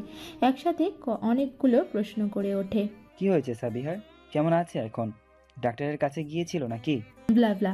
সে যেন রূপসার বলা শেষের কথাগুলো শুনতেই পায়নি। স্যার, এত ব্যস্ত হওয়ার কিছু নেই। হালকা জ্বর হয়েছিল, ওষুধ খাইয়ে দিয়েছি, জ্বর কমে গেছে, এখন ঘুমাচ্ছে। কিন্তু স্যার, আপনি এত ব্যস্ত হচ্ছেন কেন? সাবিহাকে কি ডেকে দিব স্যার? না, তার দরকার নেই। আচ্ছা রাখছি। রূপসা ওনার খেয়াল রাখবেন। গম্ভীর স্বরে বলে ওঠে, সাথে সাথে কল কেটে দেয়। রাতিয়ান কল কেটে দেওয়ার পর রূপসা কিছুক্ষণ সাবিহার ঘুমন্ত মুখের পানে তাকিয়ে বলে, বলছিলাম না স্যার, সাবিহাকে ভালোবাসে, সেটা আজকে আবারও প্রমাণ হয়ে গেল। স্যারের পাগলামি আবারও প্রমাণ করে দিল। এদিকে রাতিয়ান রাতের ডিনারটাও করেনি। ব্যালকনিতে বসে সাবিহার ছবি দেখতে দেখতে দীর্ঘশ্বাস ফেলে বলে ওঠে, ওহ, আমাকে পাগল করে আমার ঘুম কেড়ে নিয়ে তুমি কি সুন্দর করে ঘুমাচ্ছ সুহাসী। এর সত্য আমি নিবই। ছবিটার দিকে তাকিয়ে থেকে যেন তাকে দেখার তৃষ্ণা মেটানোর বৃথা চেষ্টা করছে। এইভাবে রাতটা পার করে দেয় রাতিয়ান। সাবিহা, তুমি আরেকবার ভেবে দেখো। হ্যাঁ, এভাবে হুটহাট কোনো সিদ্ধান্ত নিও না সাবিহা। আমার যা ভাবার আমি ভেবে নিয়েছি। সীমা আপু, আমাকে তোমরা জোর করো না প্লিজ। কিন্তু তোমার কলেজ লেখাপড়াটা কি করতে চাইছো না তুমি? মাথা ঠান্ডা করে ভেবে দেখো কিভাবে কি করবে তুমি। প্লিজ, কোনো এক ব্যবস্থা হয়ে যাবে রূপসা। আমি আর কিছু শুনতে চাচ্ছি না। কাঁদো কাঁদো মুখ করে বলে ওঠে সাবিহা। তার কি কষ্ট হচ্ছে না? কিন্তু সে নিরুপায়, তার পক্ষে আর সম্ভব না, কিছুতেই না। আচ্ছা, তুমি যা ভালো মনে করো, তাহলে আমি আসছি। বাই। রূপসা চলে যায় অফিসে। আচ্ছা, আমিও আসছি সাবিহা, নিজে খেয়াল রেখো। আল্লাহ হাফেজ। সীমা চলে যায় ভার্সিটিতে। সাবিহা তখন ধাপ করে ফ্লোরে বসে পড়ে। তার পক্ষে এখন আর নিজেকে শক্ত রাখার মতো কোনো শক্তি সে আর পাচ্ছে না। কালকে মনের বলা কথাগুলো সাবিহাকে ভিতর থেকে একদম ভেঙে গুঁড়িয়ে দিয়েছে। মনের বলা প্রতিটা কথা এখনো সাবিহার কানে বেজে চলেছে।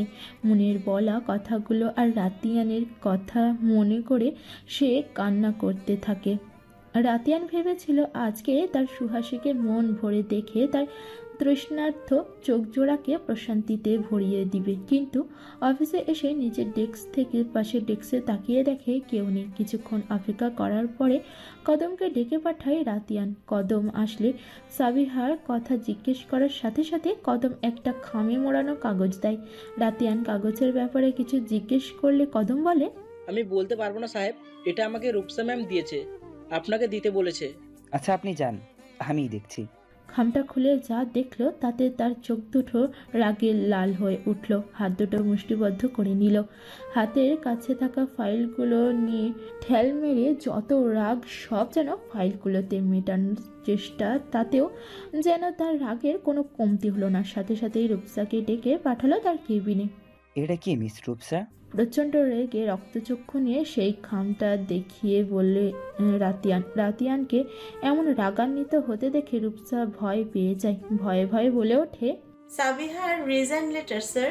সকালে রূপসার সীমা সাবিহাকে জবটা ছাড়তে না করছিল, কিন্তু সাবিহা আর চায় না এখানে জব করতে। যেহেতু কালকে মনের বলা কথাগুলো সব রূপসা শুনেছিল, তাই আর তাকে জোর করেনি।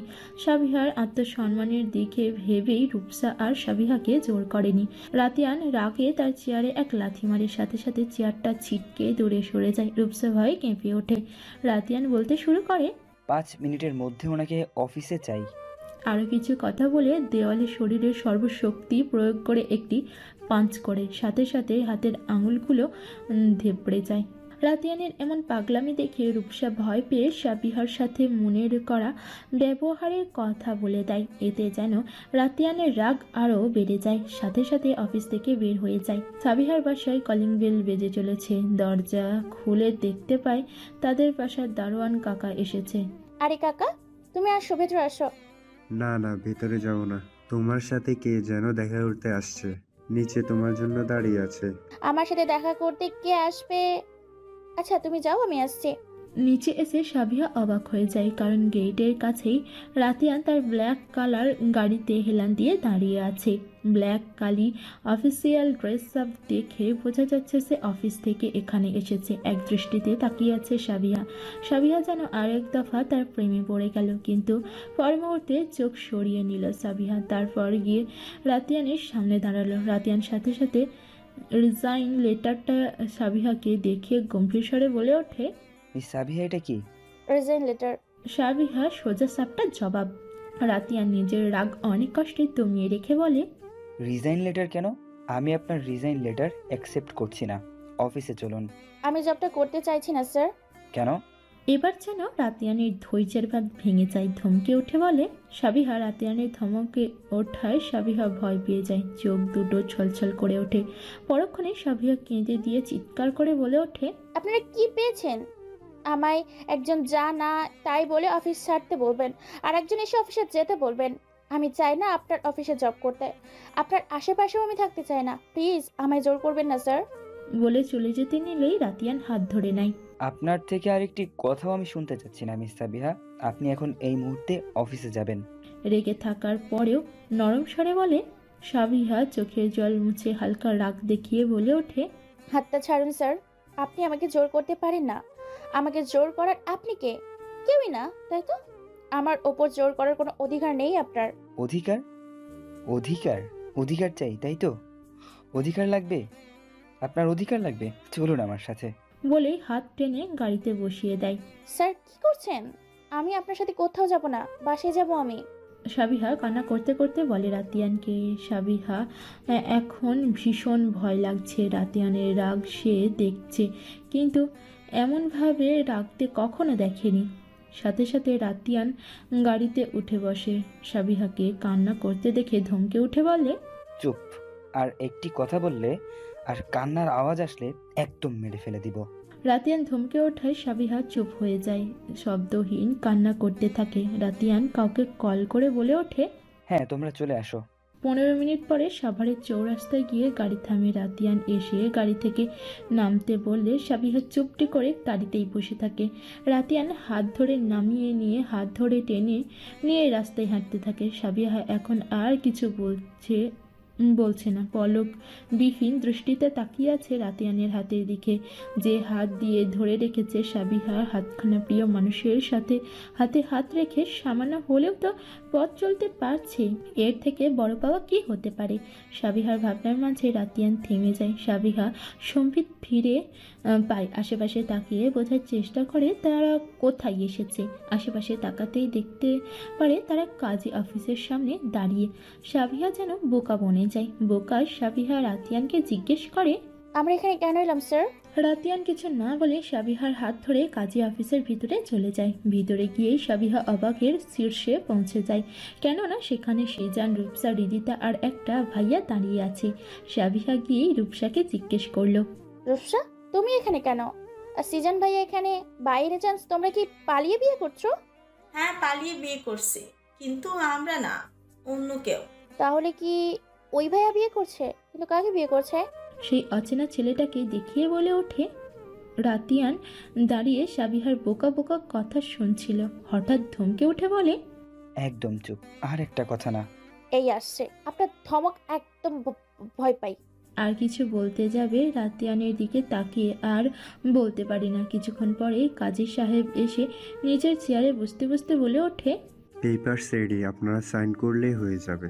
পেপারস রেডি করার জন্য সিজনটা বলে রেখেছিল। সাথে সাথে পেপারসটা রাতিয়ান নিয়ে সাবিহাকে সাইন করতে বলে। সাবিহা যেন আকাশ থেকে পড়ছে। আমি কেন সাইন করব রূপসা? এই রিদিতা, এখানে কি হচ্ছে কেউ বলবে আমায়? রূপসা আর রিদিতা বলে ওঠে, রেজিস্ট্রি হচ্ছে, আর কি হবে? ডোন্ট কেয়ার ভাব নিয়ে বলে, কিন্তু কার আর আমাকেই কেন সাইন করতে বলছে? আমি কোনো রেজিস্ট্রি করব না। আর কার সাথে রেজিস্ট্রি করাচ্ছ? আমি কোনো মদন টদনকে বিয়ে করতে পারবো না, তোমরা আমাকে জোর করতে পারো না। ছলছল চোখে বলে ওঠে সিজান, রিদিতা, রূপসা, অচেনা ছেলেটা আর কাজী সাহেব উচ্চ স্বরে হেসে দেয়।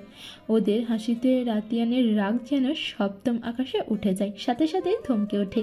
সাবিহা সহ সবাই ভয় পেয়ে চুপ হয়ে যায়। তারপর রাতিয়ান সাবিহার কাছে গিয়ে বলে ওঠে, সাইন করুন বলছি। তারপর রূপসা আর রিদিতা গিয়ে সাবিহার কাঁধে হাত রেখে সাইন করতে বলে। সিজান, কাজী সহ সবাই সাইন করতে বলে। এই একবার রাতিয়ান আর রূপসাদের দিকে তাকিয়ে কান্না করতে করতে সাইন করে দেয়। তারপর পেপারসটা রাতিয়ান নিয়ে গটগট করে সাইন করে দেয়। তারপর কাজী সাহেব বলে ওঠে, আলহামদুলিল্লাহ, আপনারা আজ থেকে আইনিভাবে স্বামী স্ত্রী হয়ে গেছেন। সাবিহা বোকা, যেন কিছুই বুঝতে পারছে না। একবার রাতিয়ান তো আরেকবার রূপসাদের দিকে তাকাচ্ছে। তারপর রাতিয়ান সাবিহার কানের কাছে গিয়ে ফিসফিস করে বলে, অধিকার, তাই না? এখন পুরো